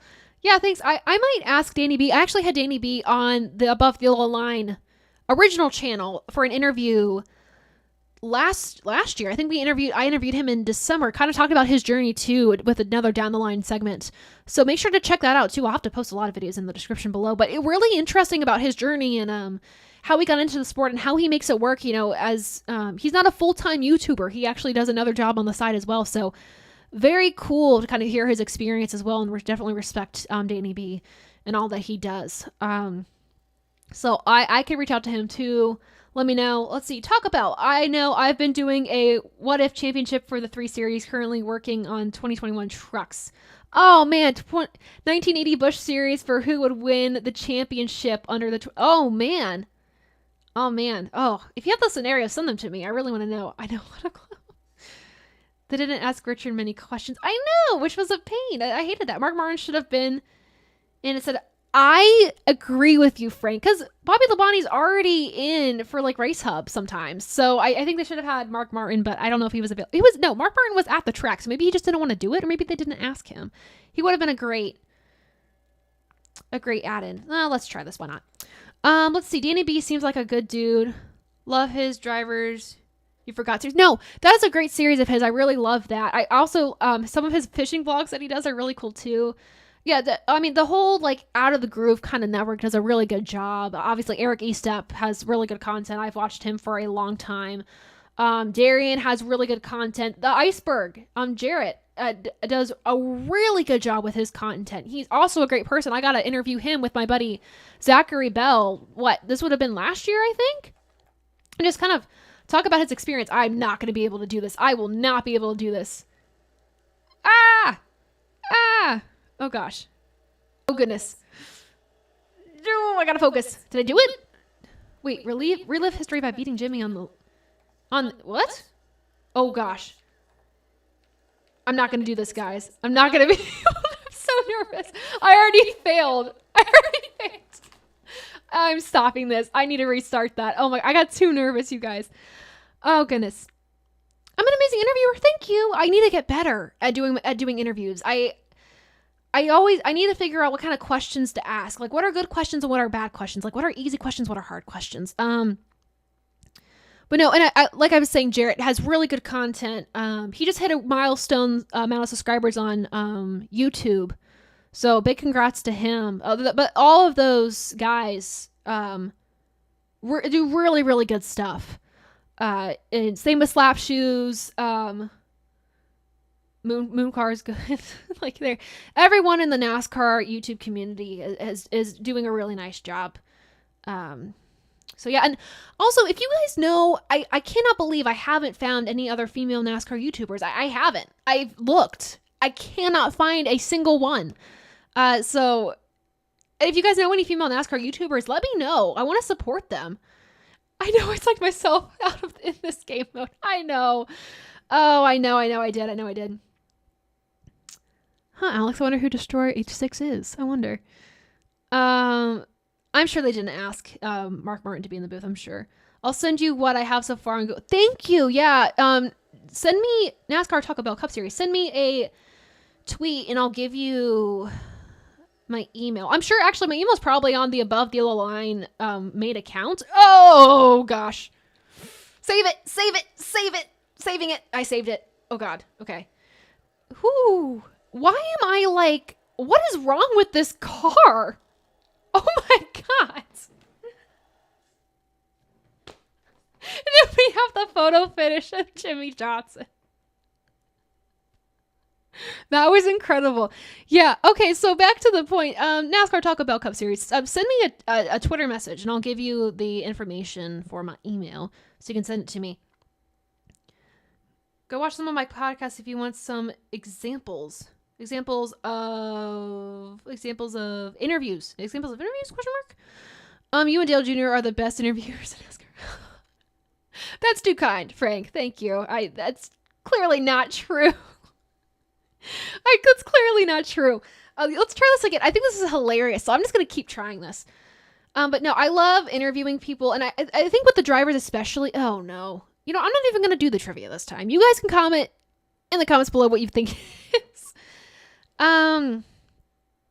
So, what was I gonna talk about? Oh yeah, interviewing. I like interviewing the drivers about their about their experiences outside of the car. I think it's cool to kind of figure out. Oh, the microphone I think my microphone's been like this the entire time, which is unfortunate. But I like to interview the drivers about their experience outside the car, because we know them as racers, right? We know them as racers, but we don't necessarily know them as people. So my whole thing is I want to get to know them as people. So yeah, that's where I like to bring my questions towards. Not necessarily, obviously you got to mention like on track, like how has your season been and all this stuff. Like obviously, yes. But I want to know what their interests are outside the track. Yeah, no, the Twitter spaces, there are definitely females that host Twitter spaces that are really good. There's also a really good female group on Twitter as well. I've made some friends through there too. But YouTubers, I've never seen another NASCAR YouTuber that does either content like mine or similar. I really would love to interview Tony from the ARCA series. She made an interesting comment. She kind of dropped her Busch beer. I don't want to say partnership, I guess. She dropped her Busch beer partnership, and she made a really interesting comment that I absolutely agree with, is that, big companies will say they support women, but they do nothing about it behind the scenes. And I would say big companies have they throw money at women to be like, we support them, and they'll make a big post about it, but you don't see them putting in the work to actually support them, which is a shame. And so Tony dropped the sponsorship or partnership deal that they had because they weren't even on her car, is the thing. Like, Busch Beer wasn't even on her car as a sponsor. Okay. All right. We're going to focus real quick. Whoa! Hit the wall. Hit the wall. No. I'm going to do it. I'm going to do it, you guys. Oh my god. Am I going to do it? Am I going to do it? No way. I did it. Dawson Fair, what's up? Thanks for joining the chat. I like Tony good. Oh gosh, thank you. You're so kind, Frank. Thank you. Company PR mode. Justin Newgarden is going to win IndyCar tomorrow. I think he is too. I really do. That's a good angle. Plus, you're not in company mode. No, that's true. That's true. I gotta turn my mic down a little bit. I'm so sorry. I'm probably blasting my voice into your ears. I just realized my microphone volume was way too loud. No, I like to take that angle with interviews because you get to learn about the people. Besides the stats. And I think we get so lost in the stats in this industry, especially, that you don't know the people. So that's why I like, but no, I'd love to talk to Tony about that and just her perspective as a woman in the sport, at this day and age, especially when everything is so money driven, how she feels companies are supporting her as a woman in the sport. And I think Busch Beer, kind of hearing her take, didn't do the right thing. And because big companies want to have a post out there so it can show that they support you, or this is even outside of just women too. Like, this is for the LGBTQ community, Black Lives Matter, all these things. Companies will say that they support it and make a post on social media, but that doesn't mean that they're doing things behind the scenes. So getting that perspective from her as much as she can share, I'd love to hear it from her. I respect her as a driver. And she had a really rough weekend at Talladega. Oh my gosh. When we went there a few weekends ago. So yeah, let's see. What else? Yeah, I won. I won the challenge. It was on easy mode. So maybe not like the best. I can't say I'm like too proud of that, but at least I did it. I'd like to thank my sponsors, DoorDash, PFC Brakes, SRI Performance, and Rhino.co for getting me the win today at Victory. Honestly, when I graduate, I want to do what that one guy did and do like a Victory Lane speech after I graduate from college next spring. wish I would have graduated this spring. I would have if I kept my course, but I did not. I've never met Dale Jr. before. I really want to. It's my dream. I would love to meet Dale Jr. I've always actually just kind of going through the recent history of NASCAR. I would love to meet Jimmy Johnson. I love him. He just seems like such a genuinely kind person, and he has such an interesting path. And now going to IndyCar too, which is very interesting. But Dale Jr. would be a good guy to meet. You know, I think I've shared this. I don't know if I shared this on this channel. We'll do this. You know what? Let me read this first, and then I'll share a story. I'll do a story time. Excuse me. We'll probably stay on until 11, you guys, and I'll call it. Excuse me, but I'm enjoying the conversation that we're having. I really appreciate it, you guys. Let me get that on my face for a second. So, push to victory. Talladega Super Speedway. I already know I'm not going to do well at this. I already know I'm not going to do well because this sounds like not my speed. Clint Bowyer pushed. I don't have my glasses on. Jeff Burton clear from the pack following the green, white checkered race start before. You know what? I'm putting on my glasses. I'm sorry. You're going to see me in my glasses. I apologize. Oh, everything is so clear. Okay, Clint Bowyer pushed Jeff Burton clear from the pack following the green, white checkered restart before snatching the lead away on the final straight. Can you pull off this two-car tango? Nope. And come out in front? No. The answer is no. The answer is no. Let me answer this question real quick. Oh my god, food sounds so good right now. I have mac and cheese left over that I'm probably going to eat after this. Probably not good. Where is your podcast? Nothing comes up for Above the Line on my podcast app. So, I'm working on getting Above the Line to Apple Music and Spotify. Toby Christie and I are working on that as I'm now part of the TobyChristie.com network. Working on trying to get it to one of those platforms. But for now, I say it's a podcast because it started that way. On the Above the Line YouTube page, it was audio only. Then I added in visuals. So it's not necessarily a podcast, more so it's a web series. I'm trying to get it onto those platforms, though, for you all to listen to. So if you're on the go, you don't have to have YouTube on and out because unfortunately, unless you pay for a subscription with YouTube, you can't turn your phone off or exit out of the app and still listen to whatever's going on. But the podcast or the web series episodes that I do every week, they usually release on Tuesdays. Might change, especially coming in the fall. I got to figure out my class schedule and how those videos are going to work then. But they release every Tuesday, starting to put them on at 4 p.m. Eastern Time every week. So you can check them out there on this channel that you're on right now, Toby Christie. Toby Christie.com is the channel name. Bowyer versus Burton and Fox Sports versus NBC. Bro, yes. I've been waiting for this live stream all week. I love this. Thank you so much. I appreciate that. I hope you guys are having fun with these live streams. I really love talking to you all. I know it's getting late, so I appreciate you all sticking with me.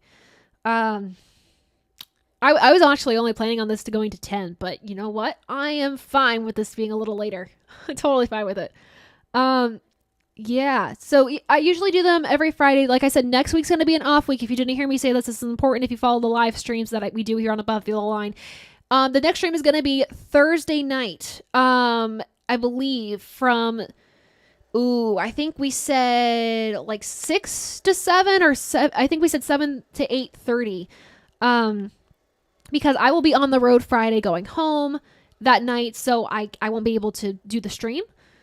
I'm not gonna. Why is the car always damaged? Pass him on the exit. I'm gonna hold on. Let me focus on this. So next week's streams will not be Friday night. However. Oh, here we go. However, it will be on Thursday night, I am pretty sure. But then after that, we will be at the 600. I will be at the 600. The Above the Line crew will also be at the 600. You know what? I'm not going to be able to do this challenge. He's going to spin me. That's fine. That's cool. That's whatever. Whatever. So we will be doing a live stream then all together. We still got to figure out logistics for that, but it will be in between the ARCA race and the truck race. Unfortunately, we can't do it after the truck race because it will be so late at night. Adam and Dom will have to get on the road to go home. So we'll be doing it in between. Do you guys like the Hall of Fame voting process? I think more people... I think it has the right amount of people getting in per year. You know what? Let's actually just go... Let's just chat for a second. I feel like we should just chat for a second. All right. Hey, guys. What's up? So, the Hall of Fame voting process. I don't I personally like how many people get in. I think if you had like 5 people in per year, it would make it less prestigious. I think the Hall of Fame is so prestigious because there is such a small amount of number. There is such a small amount of people that get in to the Hall of Fame every single year. So I think it's the right amount of people. I would say maybe like the Pioneer ballot, maybe 2 instead of just 1 person getting in, because there's a lot that went into creating the sport, and I think they need more recognition. The guys that pioneered the start of the sport, honestly. So I think in that regard, that should change. But otherwise, I don't know. Oh my God, a 24-hour stream. I would die. I couldn't do that. I stay up until like 4 in the morning anyways, and I get like 4 hours of sleep at night. I know that's not helpful, but then I work on the show.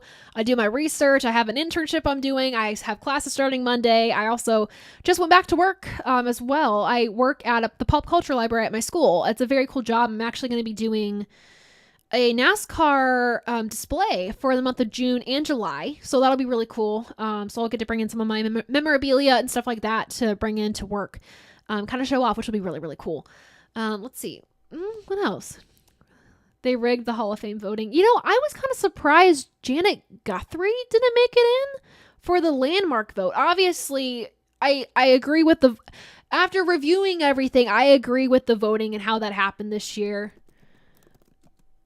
So that's, I want her to make it in at some point just because I think she was revolutionary for the sport. Obviously, the first woman to win qualify for, not win, oh my goodness, qualify for the Daytona 500 and the Indy 500, I believe, were her accomplishments there. So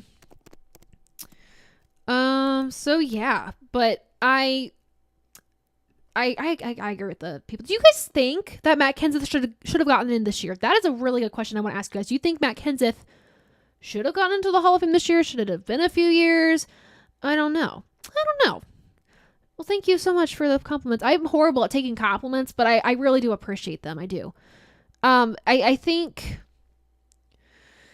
Oh, I guess the YouTube channel stuff, it's not easy. I will say that it depends. Well, it depends on what you want to do. For editing, if you want to edit and stuff and put music in, that's a lot more work. The graphics are a lot of work. It's hours a week.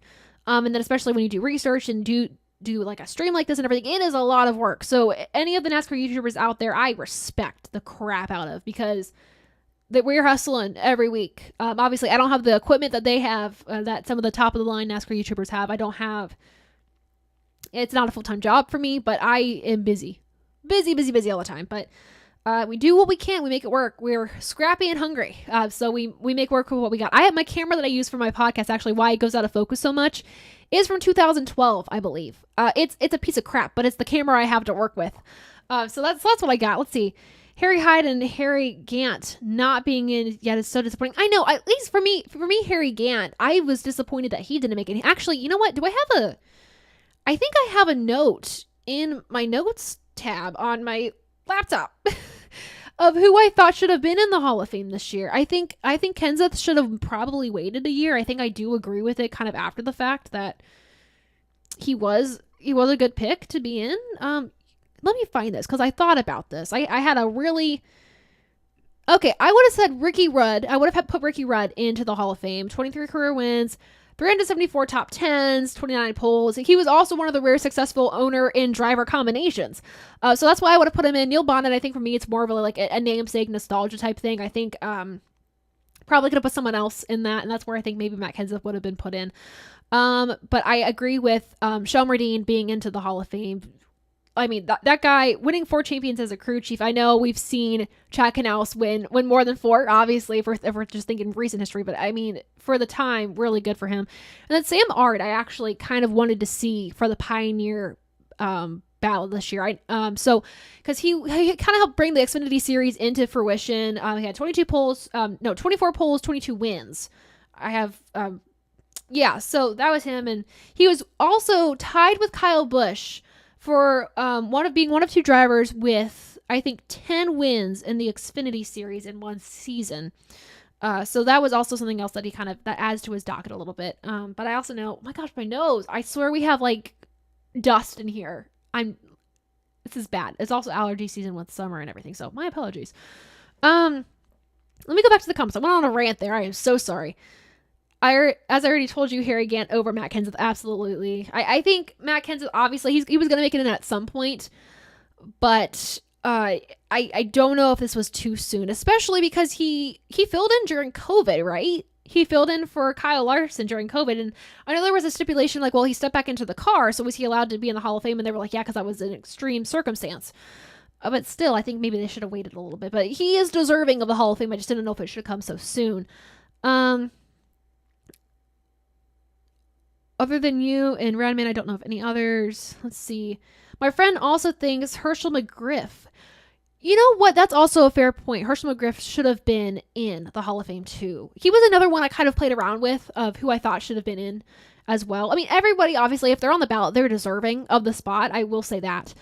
If you could go back in time and witness a historic moment or any moment in NASCAR, what would it be? Oh, gosh, that is a great question. I like screamed into the mic. I'm so sorry. That is a great question. Vernon Rubber. My goodness. Oh, let's see. Well, I was there in person for the Kurt versus Kyle Busch Kentucky race, and that was phenomenal. Honestly, part of me would... There's two races. I think Richard Petty's 200th win I would have gone back for. I think too Kevin Harvick's win when he came in to replace, I use replace in air quotes because I don't like that word with the situation, but when he won following the death of Dale Earnhardt, just because that would have been a really emotional moment to go back to. I think Jimmy Johnson's honestly probably his 5th championship, not his 7th, but I think his 5th I would have wanted to go back to as well. But there's a lot of moments I could have. Also probably, if I could go back to the beaches on Daytona and just watch them race the inaugural NASCAR race, I would have. I think that would have been so cool to go back to. You would have gone back to the 2014 Brickyard 400. That's a race I need to watch. People have told me. Maybe that's one that I do a historical race on. You know what? If you guys want me to, like I mentioned this earlier, but if you guys want me to watch historical races and live stream them, let me know. If you guys want Sawyer to join in as well, let me know too. Send me a message on Twitter. If there's a certain race that you want me to watch, and like I said, I'll reach out to the other NASCAR YouTubers and kind of ask how they do this to avoid copyright claims, because I think that'd actually be really cool and it would help me learn, and I'm also really interested in learning more NASCAR history. So I actually have my NASCAR history book. Oh, it's under my laptop right now to raise my laptop up. So I'm planning on reading that this summer. Ricky Rudd, I know, no Daytona 500, no championship. I understand that. I just think his stats, just team owner and driver, were impressive. That's why. But I totally get it. Oh, you went to the 2014 Brickyard. That's so cool. Oh, no. That's what we mentioned this. You talked to me about this. To be there for those historical moments, that's incredible. That's so cool. You know, what tracks, if you guys had to go to a racetrack that you haven't been to yet, what would you go to? I think that's a really good question to ask. For me, Martinsville has been on my list forever. It has some of the best racing, obviously, with this new package, with the short tracks and the next gen car. I don't think I want to go to a short track race just yet, but I would love to. The 600 has been on my list, so I'm so excited I get to cross that off in 2 weeks. And just to be able to be back at the track and be with the race fans is going to be super exciting. I might get overwhelmed by the crowd, but it's going to be worth it. For sure, getting to go to the Hall of Fame. I also get to meet Toby Christie in person, too, so that'll be super exciting. Getting to meet some of the team I work for now as well, and writing for the Podium Finish still, so I'll get to meet some of them, some of the photographers I think that I've been working with, too.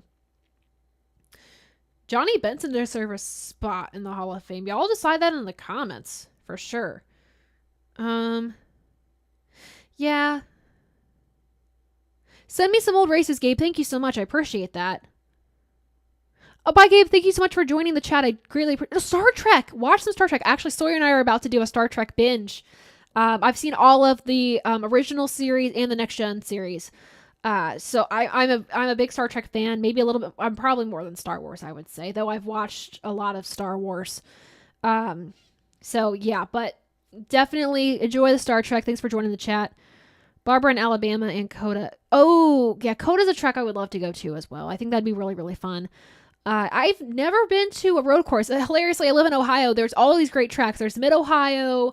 You got Eldora. Sharon Speedway is also really good. And then obviously where I am at school right now, I'm really close to Michigan and Toledo. I'm hoping to go to the ARCA finale in Toledo. And I believe it's in October. So I'm hoping to go there just to, go to my first ARCA race and stuff like that. So I think that'd be really cool. I go to the 4th from the Sun Interplanetary Speedway from NASCAR Thunder 2002. What? I've played 2002. How have I not seen that? Oh my goodness, that's crazy. Let's see. Oh my gosh, my nose. Johnny Vincent. This video needs to be titled "Taylor Itches Her Nose" because I've just been doing it all podcast long. Let's see. Bristol Dirt from the Cup Cars is one I want to go to. That would be actually a really good one to go to in person. Went for the late models. Oh, okay. World of Outlaws. Okay. Late models and just want to see it all. I think that'd be super cool. Need to go in before Todd Bodine. Give me your case on Todd Bodine there. I am in Ohio. There are so many great tracks in Ohio. There's a lot of great schools in Ohio, a lot of great tracks in Ohio, and yet I've been to none of them because I would need help getting to those places. But I really, this summer, I really want to go to some short track racing. I want to get immersed in that culture. See some late models, see some dirt racing, see some of everything, some midget racing, everything. I wanna learn more. I'm always wanting to learn more. Check out IMSA Mid Ohio. That's what I want to do so bad. I want to see. I've been getting my parents into NASCAR. I don't know about you guys if your parents are into NASCAR, grandparents, if your siblings are into NASCAR, if you share this love of the sport with them. But somehow I've gotten my parents to love NASCAR, and my mom especially. And unfortunately, with their work, they can't really take off days. My mom kind of can't. But I'd love to take them to a race at Mid Ohio, especially an IMSA race. I want to go to the IndyCar race there. I really do. Eldor's a great track. I gotta be on Tony Stewart's home turf. His home turf. I'd love to do that. Just with the track he owns there. It was a track on Mars. That's insane. The one in 2002. Link you a video. Do it. Send me a link on Instagram for sure. You're in Georgia, so we have. Let's see. Atlanta. Oh, so those are good. Okay, Road Atlanta. Those are good tracks. Those are good tracks. Also very close to the home base, North Carolina for NASCAR. So that's good.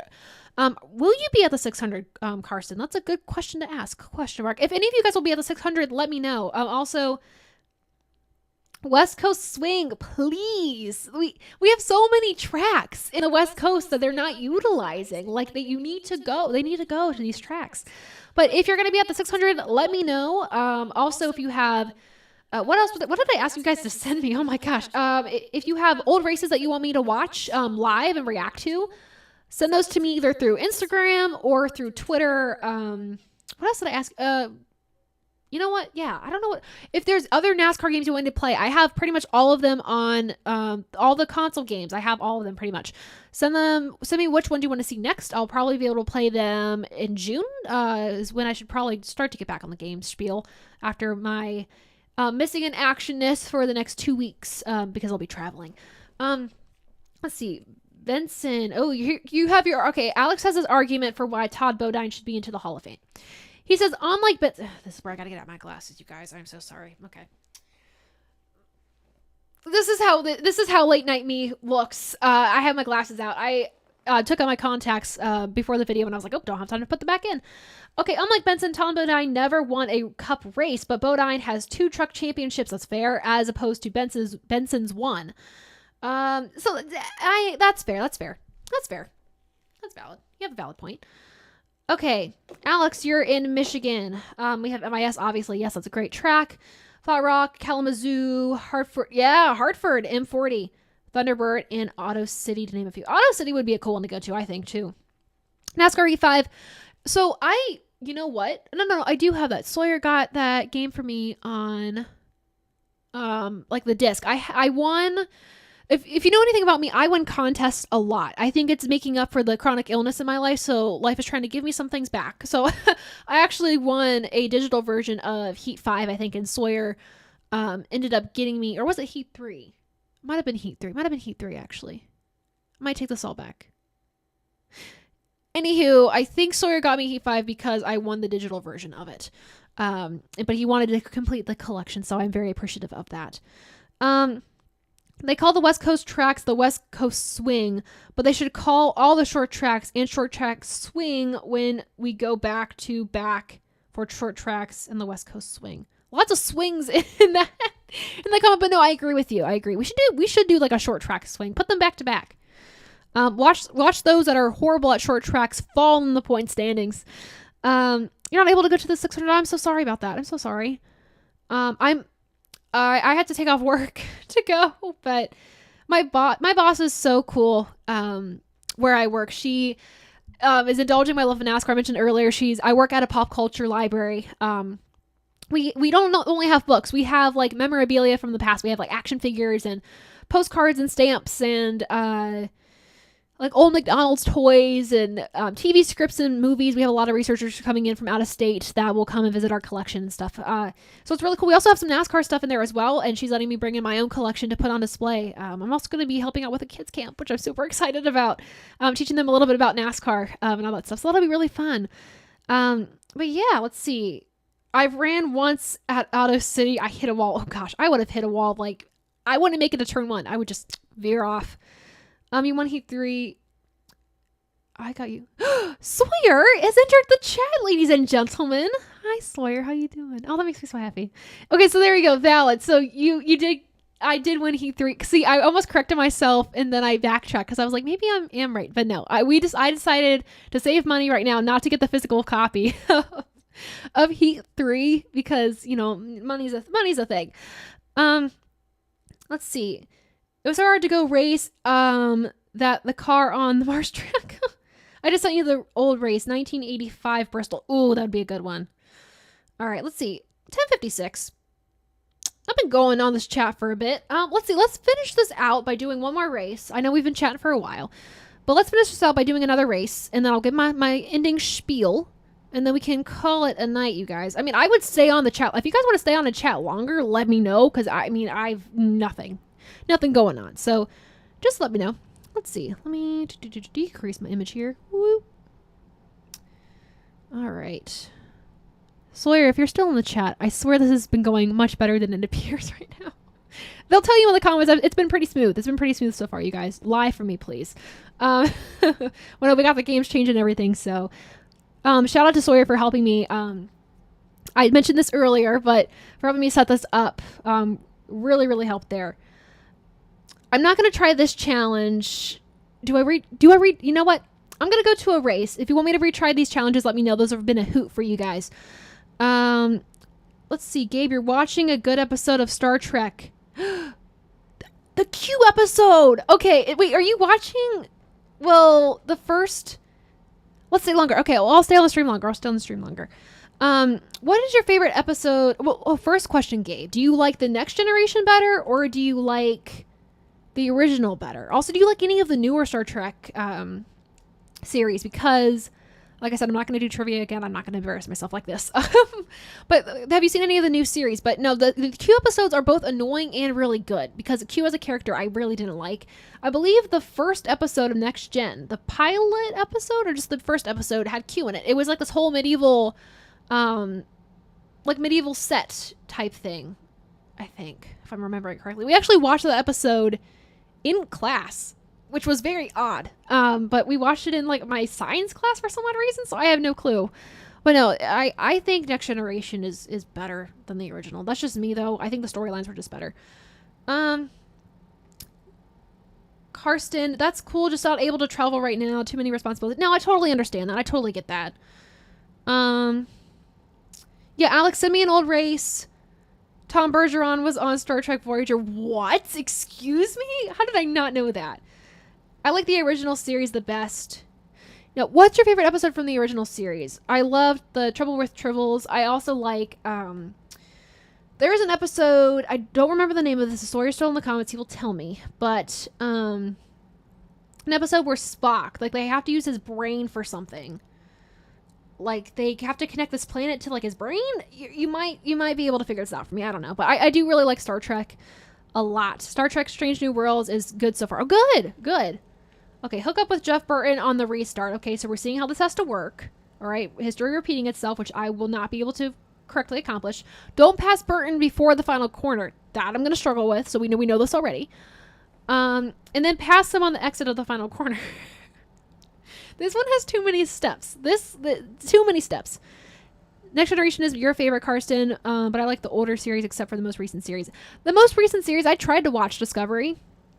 I just couldn't get through it. I couldn't. Okay, so I got to hook up to Burton. That's the first challenge. I'm going to pass. I cannot pass him. I got to slow down. Okay. Did I just lose my momentum, though? I see, here's the thing. I got to follow his line. Stay in Burton's draft. See, it's showing me where I should be, and I'm seeing exactly where I'm not. So that's a bummer. It's going to make me restart this challenge. Maybe, you know what? I'm going to do a different challenge. Let's stop it. Let's retire from this race, shall we? Yes. All right. The one where Spock and Kirk fight. Ooh, that's a good one. It's, I don't know the episode, but basically they have, all I know, I actually have an ornament, a Christmas ornament with them fighting on it. So that's the reason my dad got the ornament, I think, as a kid, but we have it on our tree every year, and we watched that episode. It was fun. I watched the Star Trek original series with my family, mostly with my brother. My sister was watching it too, but we all kind of watched it together, so that was really fun. The Squire of... Ooh, now I need my glasses for this, you guys. Oh my gosh. It's the O's and the A's I can't make out. The Squire of Gothos episode of Star Trek, the original series, is my favorite. Okay, gotcha. Cool. Try the Regan Smith challenge. Uh-oh. Watch me fail. Oh, Dennis. Mr. Dennis. Oh, wait. Hold up. Alex. If you're asking me to do a Regan Smith challenge, I'm gonna die. This is very hard. I'm not gonna be able to do this. I will not be able to do this. Oh, man. What would Dale Earnhardt be doing if he was still alive? Ooh, well, wouldn't it be racing? That's a good question. You know what? For you guys, I'll try this. I don't see him being in the broadcast booth. I don't think he would do that. I think he'd be running a race team. I think he'd still be running a race team. Or maybe he'd just be enjoying a retired life. I honestly don't know. It's a good question. He had a lot of passion. I think he maybe would have been a team owner still. I do. Made his own team, kind of like what Junior did, I would think, or like still invested in his own team, not like partnered with anybody else, but just kind of really stuck with it. No kidding. I didn't realize that, Frank. Actually didn't realize that. Can relive history. Let's look at history for a second, you guys. Oh, I just, how? Okay, just told me to go. Oh God. Just don't, whoa, slowing and braking, slow. Ah! Oh God. Oh gosh. Okay, that's cool. That's fine. I lost. Oh, well, they never said I couldn't wreck anybody out. So, dang, I'm not going to get this one, you guys. See, this is difficult because it's a short track. I couldn't do it. That's my bad. I panicked. I panic on these challenges all the time. I am so sorry. All right, let's see what else. Also, Space Seed in the City on the Edge of Forever. Space Seed. What is that episode about? Because I think I like that episode. City on the Edge of Forever. I do remember that episode. I don't think I like that. You got it one try. Good for you, Alex. I couldn't do it because I'm talking and doing this at the same time. I'm sure if I wasn't talking, I still wouldn't be able to do it. Panic. Let's retry it just once. We'll retry it one more time. See, if Sawyer was in the chats, he'd be talking all Star Trek. This is why we need him here when we do games. I promise next time, if you guys want Sawyer on the stream, we'll have him in the stream and we'll just kind of chat. We'll chat. Also, I don't know if you guys saw this, but Burger King and... I failed already. Dang it. Restart. Because I went too fast. Burger King and Coca-Cola have like a game on the Burger King app. Isn't that cool? You can get some free stuff, like free Coca-Cola if you play the game. You might be able to win. So I think that's cool. I'll probably do that. I love me some Burger King. Any fast food burger, honestly, is so good. I think NASCAR Taco Bell mentioned that they were really hungry, and now I am hungry for some chicken nuggets and a burger from a fast food restaurant. I did break, though. I did break. Oh my gosh. You know what? We're not even going to try this challenge anymore. I'm going to rage quit. From that. Let's see. My favorite episode of Star Trek, The Next Generation, The Nth Degree. I don't remember that episode. You know what? I'm going to do some research real quick. We're going to bring the chat back up. We're going to stop the game for a second. We're going to do some research here. There's an episode of The Next Generation that I like Deanna's mother's in it, I think. And it's with the Romulans, I'm pretty sure, that I really liked. There's also, well, anything with the Borg, too, that deals with the Borg I like as well. It's an interesting storyline. Let's see. Are you sure you want to retire from the race? Yes. You've never seen Star Wars or Star Trek? NASCAR Taco Bell Cup Series? No. No, that's totally okay. Somebody I work with has never seen Star Wars, and it's interesting just because popular culture, you would have seen Star Wars, but he really likes Star Trek, though. But no, it's totally fine to have not seen Star Wars or Star Trek. I could say you're not missing much, but I also don't want to say that because it's controversial. But yeah, so also play along with the trivia in the chats, totally, for sure. But no, what series do you like, NASCAR Taco Bell Cup Series? I'm curious. I'm trying to see, was there anything else we were supposed to talk? Oh, I guess, excuse me, I could mention a giveaway. Let me hold on. First, hydration. Hydration's important. Not a sponsor. Body Armor, drink of choice. All right. Ooh. So, should have mentioned this maybe earlier, but here's the thing about a giveaway. I like doing giveaways on Above the Line. I love them. The last one I gave away, for the big giveaway, I gave away my Dale senior and junior father like son t-shirt. Also gave away a Bubba Wallace Funko Pop. I believe I put a die cast in there, and I also had a signed hero card. The second place winner got a hero card, and oh, what else did they win? I think they got 2 hero cards. Maybe, I'm not sure, but like I said, I love doing giveaways, and because on this channel, the Toby Christie Comment channel on YouTube, we are very close to 1,000 subscribers, close to 900. When we hit that 1,000 subscriber mark and it stays there, we're going to do a giveaway where we give away an Above the Line t-shirt and a Toby Christie t-shirt. And I'll probably throw in like a few like 1x64 die casts in as well, just because it is a big number. It is a big accomplishment. So if you're following the stream, you really like what you're seeing, make sure to boost us up. Make sure to shout us out on Twitter or anything, because as soon as we get that 1,000 subscribers on YouTube, we will definitely do a giveaway, because you all deserve it for all your support for Above the Line. Those of you who have been with me since the original channel, and those are with me now, and also for you all supporting Toby Christie and all his incredible work that he does with his team. Y'all deserve a giveaway to celebrate 1,000 subscribers once we hit that. So make sure to do that. Also on Twitter, let me see, I'm close to 2,000, so it'd be cool to reach that too. I was going to add the 2,000 as a stipulation, but I feel like if I hit 2,000, that's great on Twitter, but I would much rather have the channel reach 1,000 subscribers just to merge the Above the Line and TobyChristie.com followers. I think it'd be awesome. I appreciate y'all for welcoming me into the TobyChristie.com network with open arms. I'm so appreciative of it. You guys are awesome. It was a great opportunity, and I'm so excited to work with Toby, and I'm excited, like I said, I'm going to the 600 to meet him there as well. Let's see. I know I've been binge watching some GTA. What? Videos from a YouTuber named Polecat324. It's been pretty great. Send me a link to that. I'm curious. I love watching gaming videos on... Let's just stray away from NASCAR at this point. It's so late at night. Let's talk about whatever we want. We did the gaming. That's cool.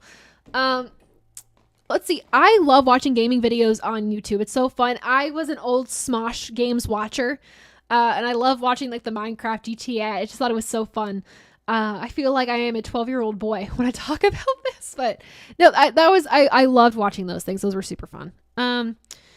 Let's see. I need this cool 2001 Bud Shootout Earnhardt versus Earnhardt poster. Oh, that'd be super cool. That'd be cool. What's your opinion on Mark Martin's 2000 Busch Series Winn-Dixie paint scheme? Let me give you my opinion. Let me look it up real quick. Mark, I want to make sure I'm giving you the right opinion. I love Winn-Dixie to begin with, so this will be good. I love visiting. Whenever I visit the South, I try to go to their stores because it's just so fun. Okay, all right. Do I like this scheme or not? That is a great. It's busy. Oh my god. That is a busy paint scheme. Holy crap. Okay, well, I like the checkered flag on the hood. I will say that. I kind of like the design. It's just a lot. It's an interesting paint scheme. The colors all work together. It's just not cohesive is my thing. Fun fact, I worked at, I don't know if you guys have Maurice's where you guys live, but it's a clothing store, usually like in malls or like in outlet malls. I worked there for a summer. One of my favorite jobs I've ever had. I've been fortunate. Every job that I've had, I've loved. And so I got to like style people for like special occasions, and it was super fun and help people pick out outfits. So when I talk about cars, like the designs on cars, I go back to that all the time, which is super fun. All right, well, let's see. What else you guys want to talk about? We'll stay on until 11:30, then I'll close it out because I know it's getting late for you guys. It's your favorite car. Oh, my favorite paint scheme. Oh, what is it? I've done so many paint scheme ranking videos. If you guys want to see more tier list videos too, let me know. I love doing those. I had from Twitter, you guys sent me your favorite paint schemes and your least favorite paint schemes, and I've ranked those on the original Above the Yellow Line channel on YouTube and on Toby Christie's channel. I think I did a live stream where we ranked the Darlington paint schemes last week on the channel. But yeah, if there's also like fun content that you want to see, I know I talked about through the timeline where we have people from the industry on the show to talk about their life and talk about their time outside the car and also getting into the sport. Let me know if that's also what I was going to have you send me. If there's drivers that you want on the show. I mentioned I would love to talk to Tony from the Arca Menard series. I'd love to talk to Ryan Vargas just because he's such a cool kid and he has such a knack for social media and just how he's used that to propel his career. It's fantastic. And he is a hardworking, I don't want to say kid. I'm older than him, but I don't want to say kid. But he's a hardworking young gentleman. Very, very, very cool. Who else? Cody Ware. I would actually love to have Cody Ware on the channel because it's Mental Health Awareness Month. And he is such an advocate for mental health, and he also has some really cool hobbies. I think it'd just be so cool to like pick his brain about it and kind of like what he does to balance as an athlete his mental health, because there's been a lot of mental health conversation in the world of sports. I'm studying sports at school, sports management, but I look at more of the sports history side as a whole just to get a better understanding of the industry. And there's been a lot of just really unfortunate and sad mental health instances in the past year. So I would love to talk to him. What do you think of Johnny Benson's 2001 James Dean? Okay, first off, any James Dean paint scheme I love because I just love the black and white colors of it. It's just a question of if I like this one. 2001. I was 1 year old. One years old. Oh my god, I was 1 year old. Words. Okay. Oh, okay, so this is not simple. This is not simple like I thought it was. Oh my god, I thought you said Jim Bean, not James Dean. Oh my god, I am so sorry. Okay. James Dean. First off, loves James Dean. This is how we know it's late at night, you guys. I mix up Jim Bean and James Dean. No, I love this paint scheme. That's cool. Valvoline. Oh, actually, you know, if I need this die cast. I love this die cast. This is so cool. Rebel Without a Cause is the first James Dean movie I saw, and I think it might have been the only one, and I really liked it. Very interesting tale. I have the phone on in the background for this game because I have neglected it for a little bit. Let's see. Do you want me to send you some contact info for some drivers? You know, I have... If you want to, that's totally fine, Alex. I would appreciate that. I do have PR contacts, too. I just want to make sure I'm able to get the drivers the right way, but that would be... If you want to, that's totally fine. Thank you.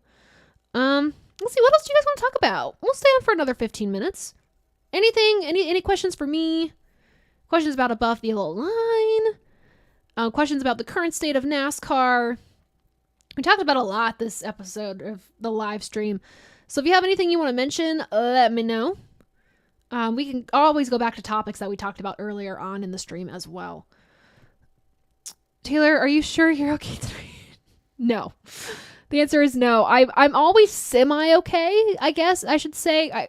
With the chronic illness and with everything, I always say I'm always okay. When I am good, it is a miracle.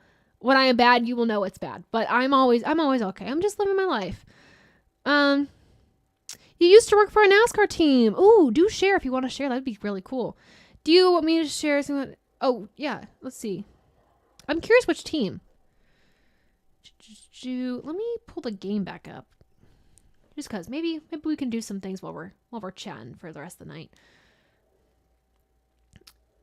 This might be a really, really dumb question, and maybe you guys can help me out. But is there a way just to like not do career mode and just run a race? You know what I mean? You know what I'm saying? Like the other games, and maybe that's the downfall of this game. Maybe it is. Oh, we gotta finish off the night with the Daytona 500, folks. I gotta qualify for this. Oh, very cool. Tommy Baldwin Racing 2013. Very nice in the Cup Series. What did you do? I'm not okay, you guys. I'm curious what you did with the team. I often get my friends diecast because I can't find anything. Yes, I love that. That's awesome. My Zachary Bell. So what's funny is Dom and Adam, well, at least Dom, has been trying to get rid of some of his NASCAR collection. So he sent me just a box of stuff. I thought he was just sending me like a t-shirt. He ended up sending me a box of like an Alex Bowman first win die cast, like 4 Joe Gibbs Racing t-shirts, like 2 hats, and two signed hero cards, one from Joey Logano and his crew chief from his championship winning year. And then he also sent me one of Ryan Blaney when he was in the Truck Series, which was hilarious. And then Zachary Bell, he was on some of the old Above the Line episodes. He sent me like a box of Matchbox cars, which was super cool. And I very much appreciated. Let's see. Wait. I don't know what rules I had on, but that's fine. Let's just start practice. Why not? I know from last time I played this game, you could only do career mode. Okay, so that's a downfall I need to mention about this game, because I'm trying to rank the games. I haven't done a good job of keeping up with playing the games just because of how busy I am with my internship, my job, classes, the channel.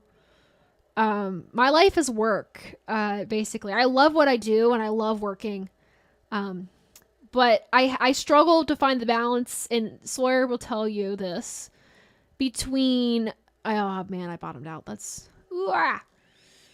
I struggle to find the balance between work Taylor, and non-work Taylor. I don't think non-work Taylor doesn't exist. We have the joke, no fun allowed. YRB, young Ryan Blaney, we love him. Love him. I think we're a little biased on Above the Line for Ryan Blaney, but that's all right. We're allowed to be a little biased. This is a show made by a fan for fans. So that's all right. Let's see. Practice. I'm only going to do 1 practice lap. Now, that little scuff on the wall was on purpose. So don't think it wasn't. I meant to do that. Okay. Let's see. You did everything. Mostly remember unloading JJ Yaley's wrecked Talladega car. Oh, man, off the hauler. That's insane. That's insane. Oh, my goodness. Oh, man, I got to keep up with the chats everywhere. All right. Let's just go to the track. Well, let's end session. That's why I wanted to end the practice session. Yes. Cool.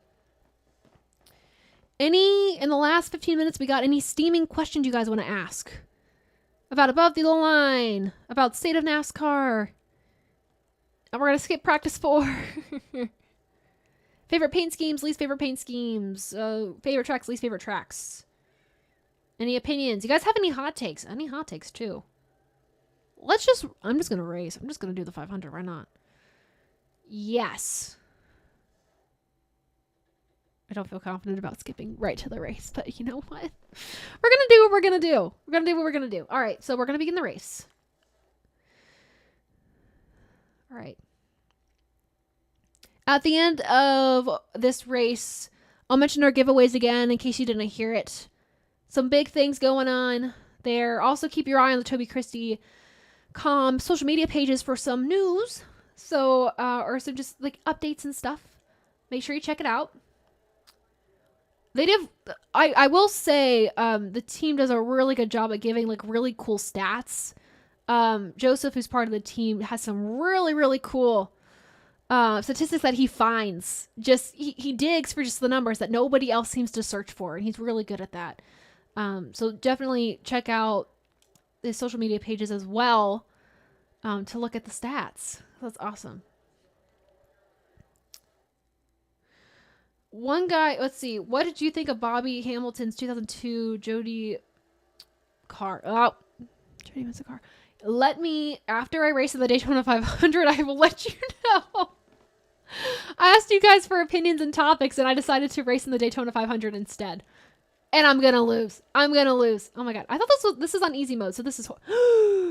Excuse me? Michael McDowell, stop it. Rude. I caught the tail end of the second pack, so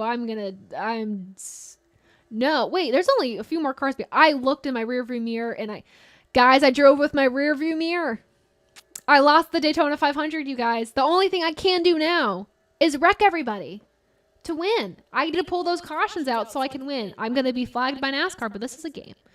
So I can do it. Let's get that high arc into the turn. Dive bomb into the bottom of the corner. That's not the bottom of the corner. Not yet. Not yet. Not yet. Oh, I got to stay on the high side. Never mind. Okay. Working on our racing. Oh, I'm your favorite NASCAR YouTuber. Thank you. That's very kind. That's very kind. The NASCAR YouTube community is strong. There's a lot of good personalities in it. I mentioned before, like Eric Estep, like the big names, Eric Estep, Darian, Jarrett, Danny, Slapshoes has a great channel, Mooncar. They're all incredible. All have really good content. So I appreciate that. Out of all the greats and the others I didn't name, I am your favorites. Thank you. It's very kind. Like I said, I haven't seen any other women do anything NASCAR YouTube related. So if you know any women that have done just their own NASCAR channel, let me know. I don't want to say I'm the only one and not know about anyone else, but I have looked and I haven't seen anyone. So that's kind of cool to represent a little bit, I guess. I don't know.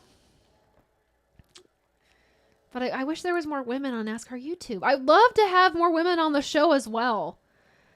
Just because I feel like that needs to happen. One guy I worked with used... Oh, hold on. I got to work on the quarter. I started reading your comment on NASCAR Taco Bell. And then I realized I'm racing. So give me just a second. Give me just a second. Oh, Michael McDowell's way behind me because I wrecked him out. So that's fine. That's cool. I've settled this. I'm not going to win the Daytona 500, but if anything, I can at least finish the Daytona 500. Do you think William Byron got a call from Liberty University for calling Joey Logano an idiot and a moron? Oh, okay. That's a loaded question. I don't think so. Liberty University, I'm pretty sure, I don't think they would call him. I mean, he said some choice words in his post-race interview with some media members, and I know some people were upset about that, but it wasn't on TV, and drivers have said much worse over their radio, so I don't get why people are mad at William Byron for his post-race comments. But I don't think they did. I mean, they're supporting him still, and I know Liberty University has some controversy of their own that they're dealing with, too, so... I feel like I should stop. I should stop talking while I'm ahead. So yeah. Like I said, too, I'm hoping to get a steering wheel for these games so I can at least like steer and have more fluid motion because I think that would really help me. Because I'm steering right now with the D-pad because I feel like I'm calling them the Joy-Cons, and I know that's not. I just do anyways. That's more for like the Switch and whatever. But Kevin Harvick won. Fantastic. Congrats, Kevin Harvick. You are a Daytona 500 champion. Because I feel like there's too much lax in the controls if I'm just using like the sticks. So I want to get a steering wheel and pedal so I can race better, or say that I'm gonna race better, but probably that not be the case. So I finished 41st. For my first Daytona 500, not that bad. I just say on the Toby Christie channel, my first Daytona 500. Let's continue. All right, let's see. Let's look at these comments again. Oh, we're right. The paint scheme. That's right. I gotta look that up. Let's see. Bobby Hamilton. If I can spell, that'd be great too. 2002. Joe D. Nascar. Woo! I'm getting a lot of. Oh, the results may not be what you're looking for. That was weird. Which scheme are you talking about? I'm looking it up on Google and I'm not seeing... Send me a picture. Send me a picture, Alex. You're the one that said that. And I'll let you know what I thought. But yeah, I'm not finding the paint scheme. Was it... Is it from the Tropicana 400? Question mark? Maybe? I don't know. Okay. One guy I worked for, used to work for DGM's Xfinity team before he moved up here to Ohio. Cool. For family purpose. He worked with Chastain, Weatherman. Oh, very neat. And Castle. Oh, it's so cool. Who is that guy? Very curious. That's awesome. Taylor. Oh, I already read that. Do you think William Byron got a... I already read that. Let's see. Would you consider giving iRacing a try? Oh, great question. Great question. Also, do you guys see my race team? It's ATYL, above the line. I found so much pride and joy in naming my race team above the yellow line. Here's the thing with iRacing. I'd have to put in a lot of practice for it, and I think, honestly, it'd be kind of nice because I'm so limited driving in general. Just with my illness, I'm having to work my way up to driving again and being comfortable with that without getting symptomatic.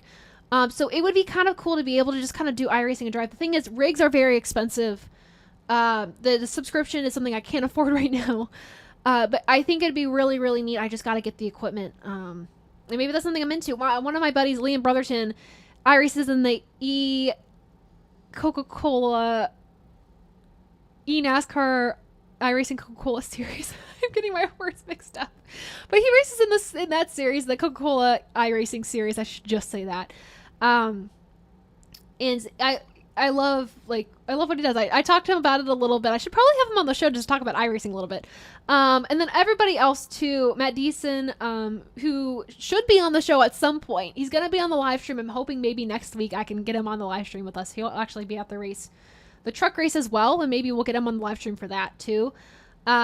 But he does iRacing as well, and he's actually really good at it. I would say he's really good at it. So I would like to give it a try. I think that'd be really neat.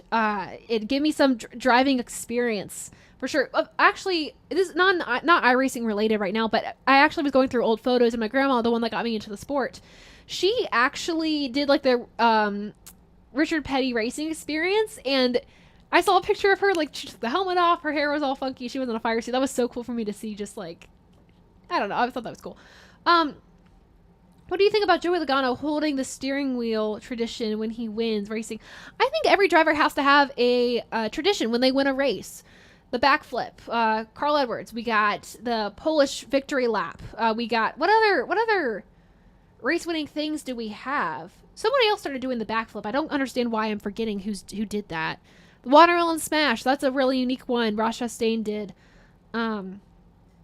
So who knew was doing the backflip again? It's in the Xfinity series, I believe. Someone's doing the backflip. Maybe it's in the trucks. I'm totally blanking right now. But everyone has to have a unique celebration when they get a victory. Chase Elliott's, I think, is just weird burnouts, honestly. The burnout in the heartburn turn. His first win when he couldn't get back to the front of where the checkered flag, where the checkered flag was, where the start finish line was. He couldn't get back to that, so Jamie Johnson having to drive him around the track. Just has the weirdest burnouts. Some of the best ones too, when everything works out well. But I like the celebration. I like that type of celebration. You get to pick which decade you race in NASCAR. In the 70s, 80s, 90s, 2000s. Oh, here's the thing. I don't think I'd want to race in this decade. I don't think I would, because of how the disrespect is on the track. It's definitely a changing of the guard. The veterans are starting to move out, and the new guys are starting to move in. But I don't like the on-track culture right now in terms of racing. I always thought the 90s was a cool era for NASCAR. That's where just pop culture-wise, NASCAR started to really come into its own, and we got like our big stars in the sport up and coming. Early 2000s, same thing. I feel like that's when NASCAR was really at its stride, pop culture-wise. In my opinion. Early 90s at least. So maybe the early 90s, I think that would have been really cool. Tony Stewart climbing the fence is another great celebration. Kurt Busch's Snow Angel, yes. Harvick, Hemrick backflip, thank you. It was Hemrick, oh my goodness. How could I forget that? Huh. Gosh, him winning that championship, holy cow. I projected the race on the wall because I wanted like a home theater experience, and getting to watch that race was so cool. That was one of the best finishes to races I've ever seen, just when I'm watching on TV at least. Oh yeah, the belly flop and slide from Austin Dillon. That is so unique. I would be too scared to do it. I think if I'm winning a race, I would be kind of blinded by the fact that this might hurt a little bit, but I think that's a really cool thing. Kyle Larson taking the wheel off. That's a dirt track thing. I do that sometimes too. That is a dirt track type of thing, I would say. I mean, it's a cool tradition. It's a small tradition, but it's tradition nevertheless. Oh, the Kyle Busch bow. How could we forget about that? Did he do the bow when he won a few weeks ago? Am I forgetting that? Please tell me he did. The Dover race, I wasn't able to watch the end of it because I was at a doctor's appointment, but I don't know what Chase's burnout looked like. I hope it was good. Or maybe did they not even show it is the question, because they haven't been showing some of the burnouts sometimes, and that kind of sucks. He picked the 70s era to race, and that's really good. I gotta hydrate, guys. My voice is going.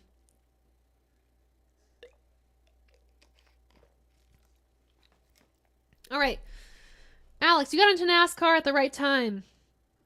You remember being in Walmart and seeing Jeff Gordon advertising Pepsi, Dale Jr. advertising Budweiser. I wish I had the opportunity to get into NASCAR earlier. I mentioned this before. My grandma has been a fan ever since before I was born.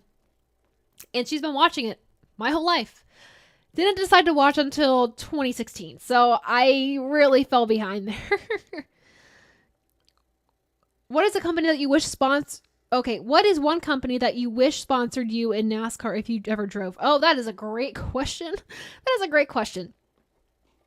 You know, what I might do, I'll answer that question, and then I might just start, if you guys want to do a Twitter space instead, maybe we can do a Twitter space, so if the people who want to watch the stream back after the fact, they don't have to go through, almost 3 hours? 9 to 10, 10 to 12. Well, I guess 2.5 hours of footage. So if you guys want to do a Twitter space, let me know when I can start that too. And I guess we can talk for however long. I guess you guys can all chime in if you want. What sponsor? Okay, so clearly I got to choose Body Armor. This is a staple for me. Got to choose Body Armor as a sponsor. Who else would I want to sponsor me? A little biased towards McDonald's. I go there way more than I should. I do love the burgers at BK, though. That would be a good sponsor. Dr. Pepper would be a good sponsor, too. Primary sponsor, though. Oh, gosh. I don't even know. Well, so there's a drink mix called Liquid IV, and it's really helpful for people who have chronic illness. It's a hydration multiplier, pretty much. I think that would be a cool sponsor that's not in the sport right now that could join. Maybe, perhaps, but... I am a sucker for Body Armor. I can't live without it. It really helps me a lot. Just stay hydrated. What's a fun sponsor, though? I feel like I gotta pick a fun sponsor, not just like food and drink, even though that's where my heart and my stomach lie. What sponsors would you guys choose? I've asked this every stream, and I love hearing your answers, but I'm going to ask it again. I don't know what sponsors you guys would choose. A fun sponsor? Maybe... Oh, no, I'm not like that big of a Disney fan. I like Disney, but I don't think I'd like them as a sponsor that much. I think that'd actually be cool to have my university as a sponsor. I love where I go to school. Every school has its challenges and everything, but I love the university that I go to. So that would be cool. Yeah, I kind of think that's it. I think maybe DHL as a sponsor would be cool too, just because that's where my dad works. That'd be kind of fun as well. All right. First 2 races I ever watched, Alex, you said, Elliott Sadler flipped at Talladega and Johnny Benson walked across the track. Holy cow. Yeah, I basically, if you looked at the sponsors for Bubba Wallace and Ryan Blaney, that is who I would have as a sponsor. Mostly Bubba Wallace. Oh my God, DoorDash would be a great sponsor. The Above the Line episodes are presented by DoorDash.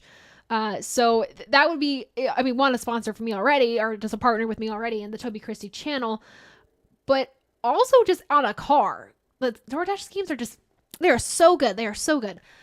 So that would be really good. Ryan Blaney. Ooh, Target. If I could bring Target back into the sport, oh my gosh, I would in a heartbeat. Also a sucker for Barnes & Noble. A really odd one, but you would think I'd go there for the books. I love the trinkets. Anything trinkety. I love the games. All like the board games and stuff. I would probably need to have like a clothes sponsor, right? Like just to rein it all in. We got food, we got entertainment. Life-wise, probably something like clothes-wise. I wear too much NASCAR merch, so they would just be NASCAR the sponsor. My sponsor would be Buck. Yeah, Bucked Up, Ghost. Oh, like Ghost the band? Oh, I love Ghost the band. They're so good. I love the car that they had. Eric Eastep actually kind of made the announcement, and he was on the car as well as Out of the Groove. But the car that they had in the Xfinity series for Ghost was really slick looking. I tried to get a diecast. I was too late. Too late to get a diecast. Would Chuck E. Cheese be a good sponsor? Are you bro? Okay, so so this is totally off topic, but it has a point. One, it would be a joke. But two, but no, here's the thing. Like, that's a really good thing to consider, though. I know it was a joke, but that's a good thing to consider. I am a fan of John Green, and he wrote a book called Turtles All the Way Down. Hilariously, I haven't read it though. But he's turning that into a movie, and Chuck E. Cheese is in the book, but Chuck E. Cheese didn't like how he portrayed Chuck E. Cheese in his book, so they're not allowing them to put it in the movie. So he has to like change things up. So they're a little salty on that, but I don't know. But they are allowing. I also saw an SNL skit from last weekend's SNL, but they allowed Chuck E. Cheese to be in that, and they kind of bashed Chuck E. Cheese. So I've said Chuck E. Cheese way too many times, so I need to stop. So I don't know. I don't really necessarily have respect for that company just because of how they pick and choose who they let, I guess, portray their company. That would be interesting, though. It'd be hilarious. I want to see a Chuck E. Cheese on the hood of a car. Jack Daniels. Ooh, Jack Daniels would be really good to have. I know there's been paint schemes for Jack Daniels before. That'd be good to have another one of those. They're really solid. You also said NASCAR Taco Bell Cup Series. Considering my sponsor in NR 2003 offline series, anyone's more welcome to join. Oh, that'd be so cool.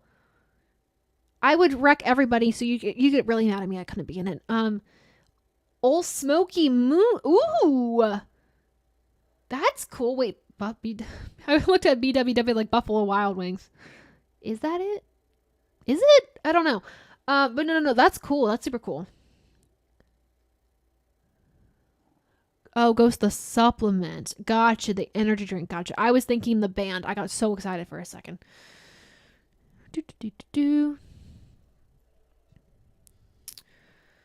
All right.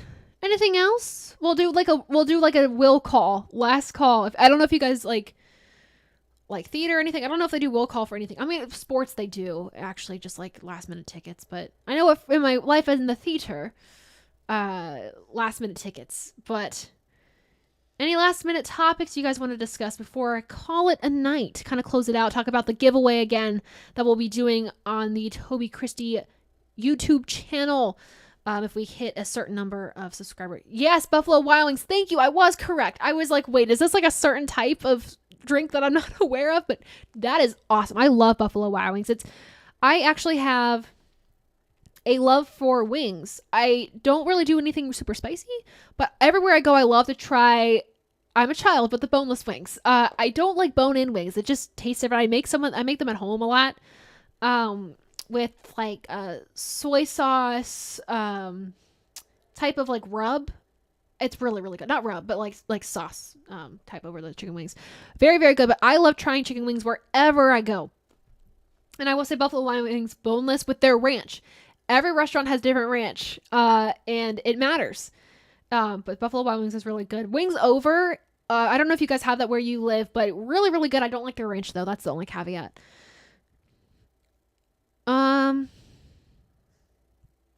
Let's see. William Byron for Chuck E. Cheese. Honestly, that might be a good Tyler Reddick one. Honestly, that would be hilarious. What happens when you give a theater kid sugar? Bad things. Jesse. Oh, hi, Jesse. Welcome. I know you popped in earlier, but thanks for sticking around.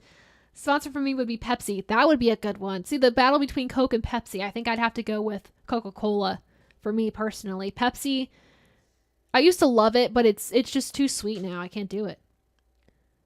Calamari is good. That is true.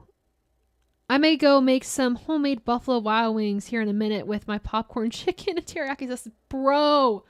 Oh, send some over. That sounds so good. I also love, with chicken wings, I love to have fried pickles. I hate that the nearest Hooters from my home, not like where I am right now, but from my home, is 2 hours away.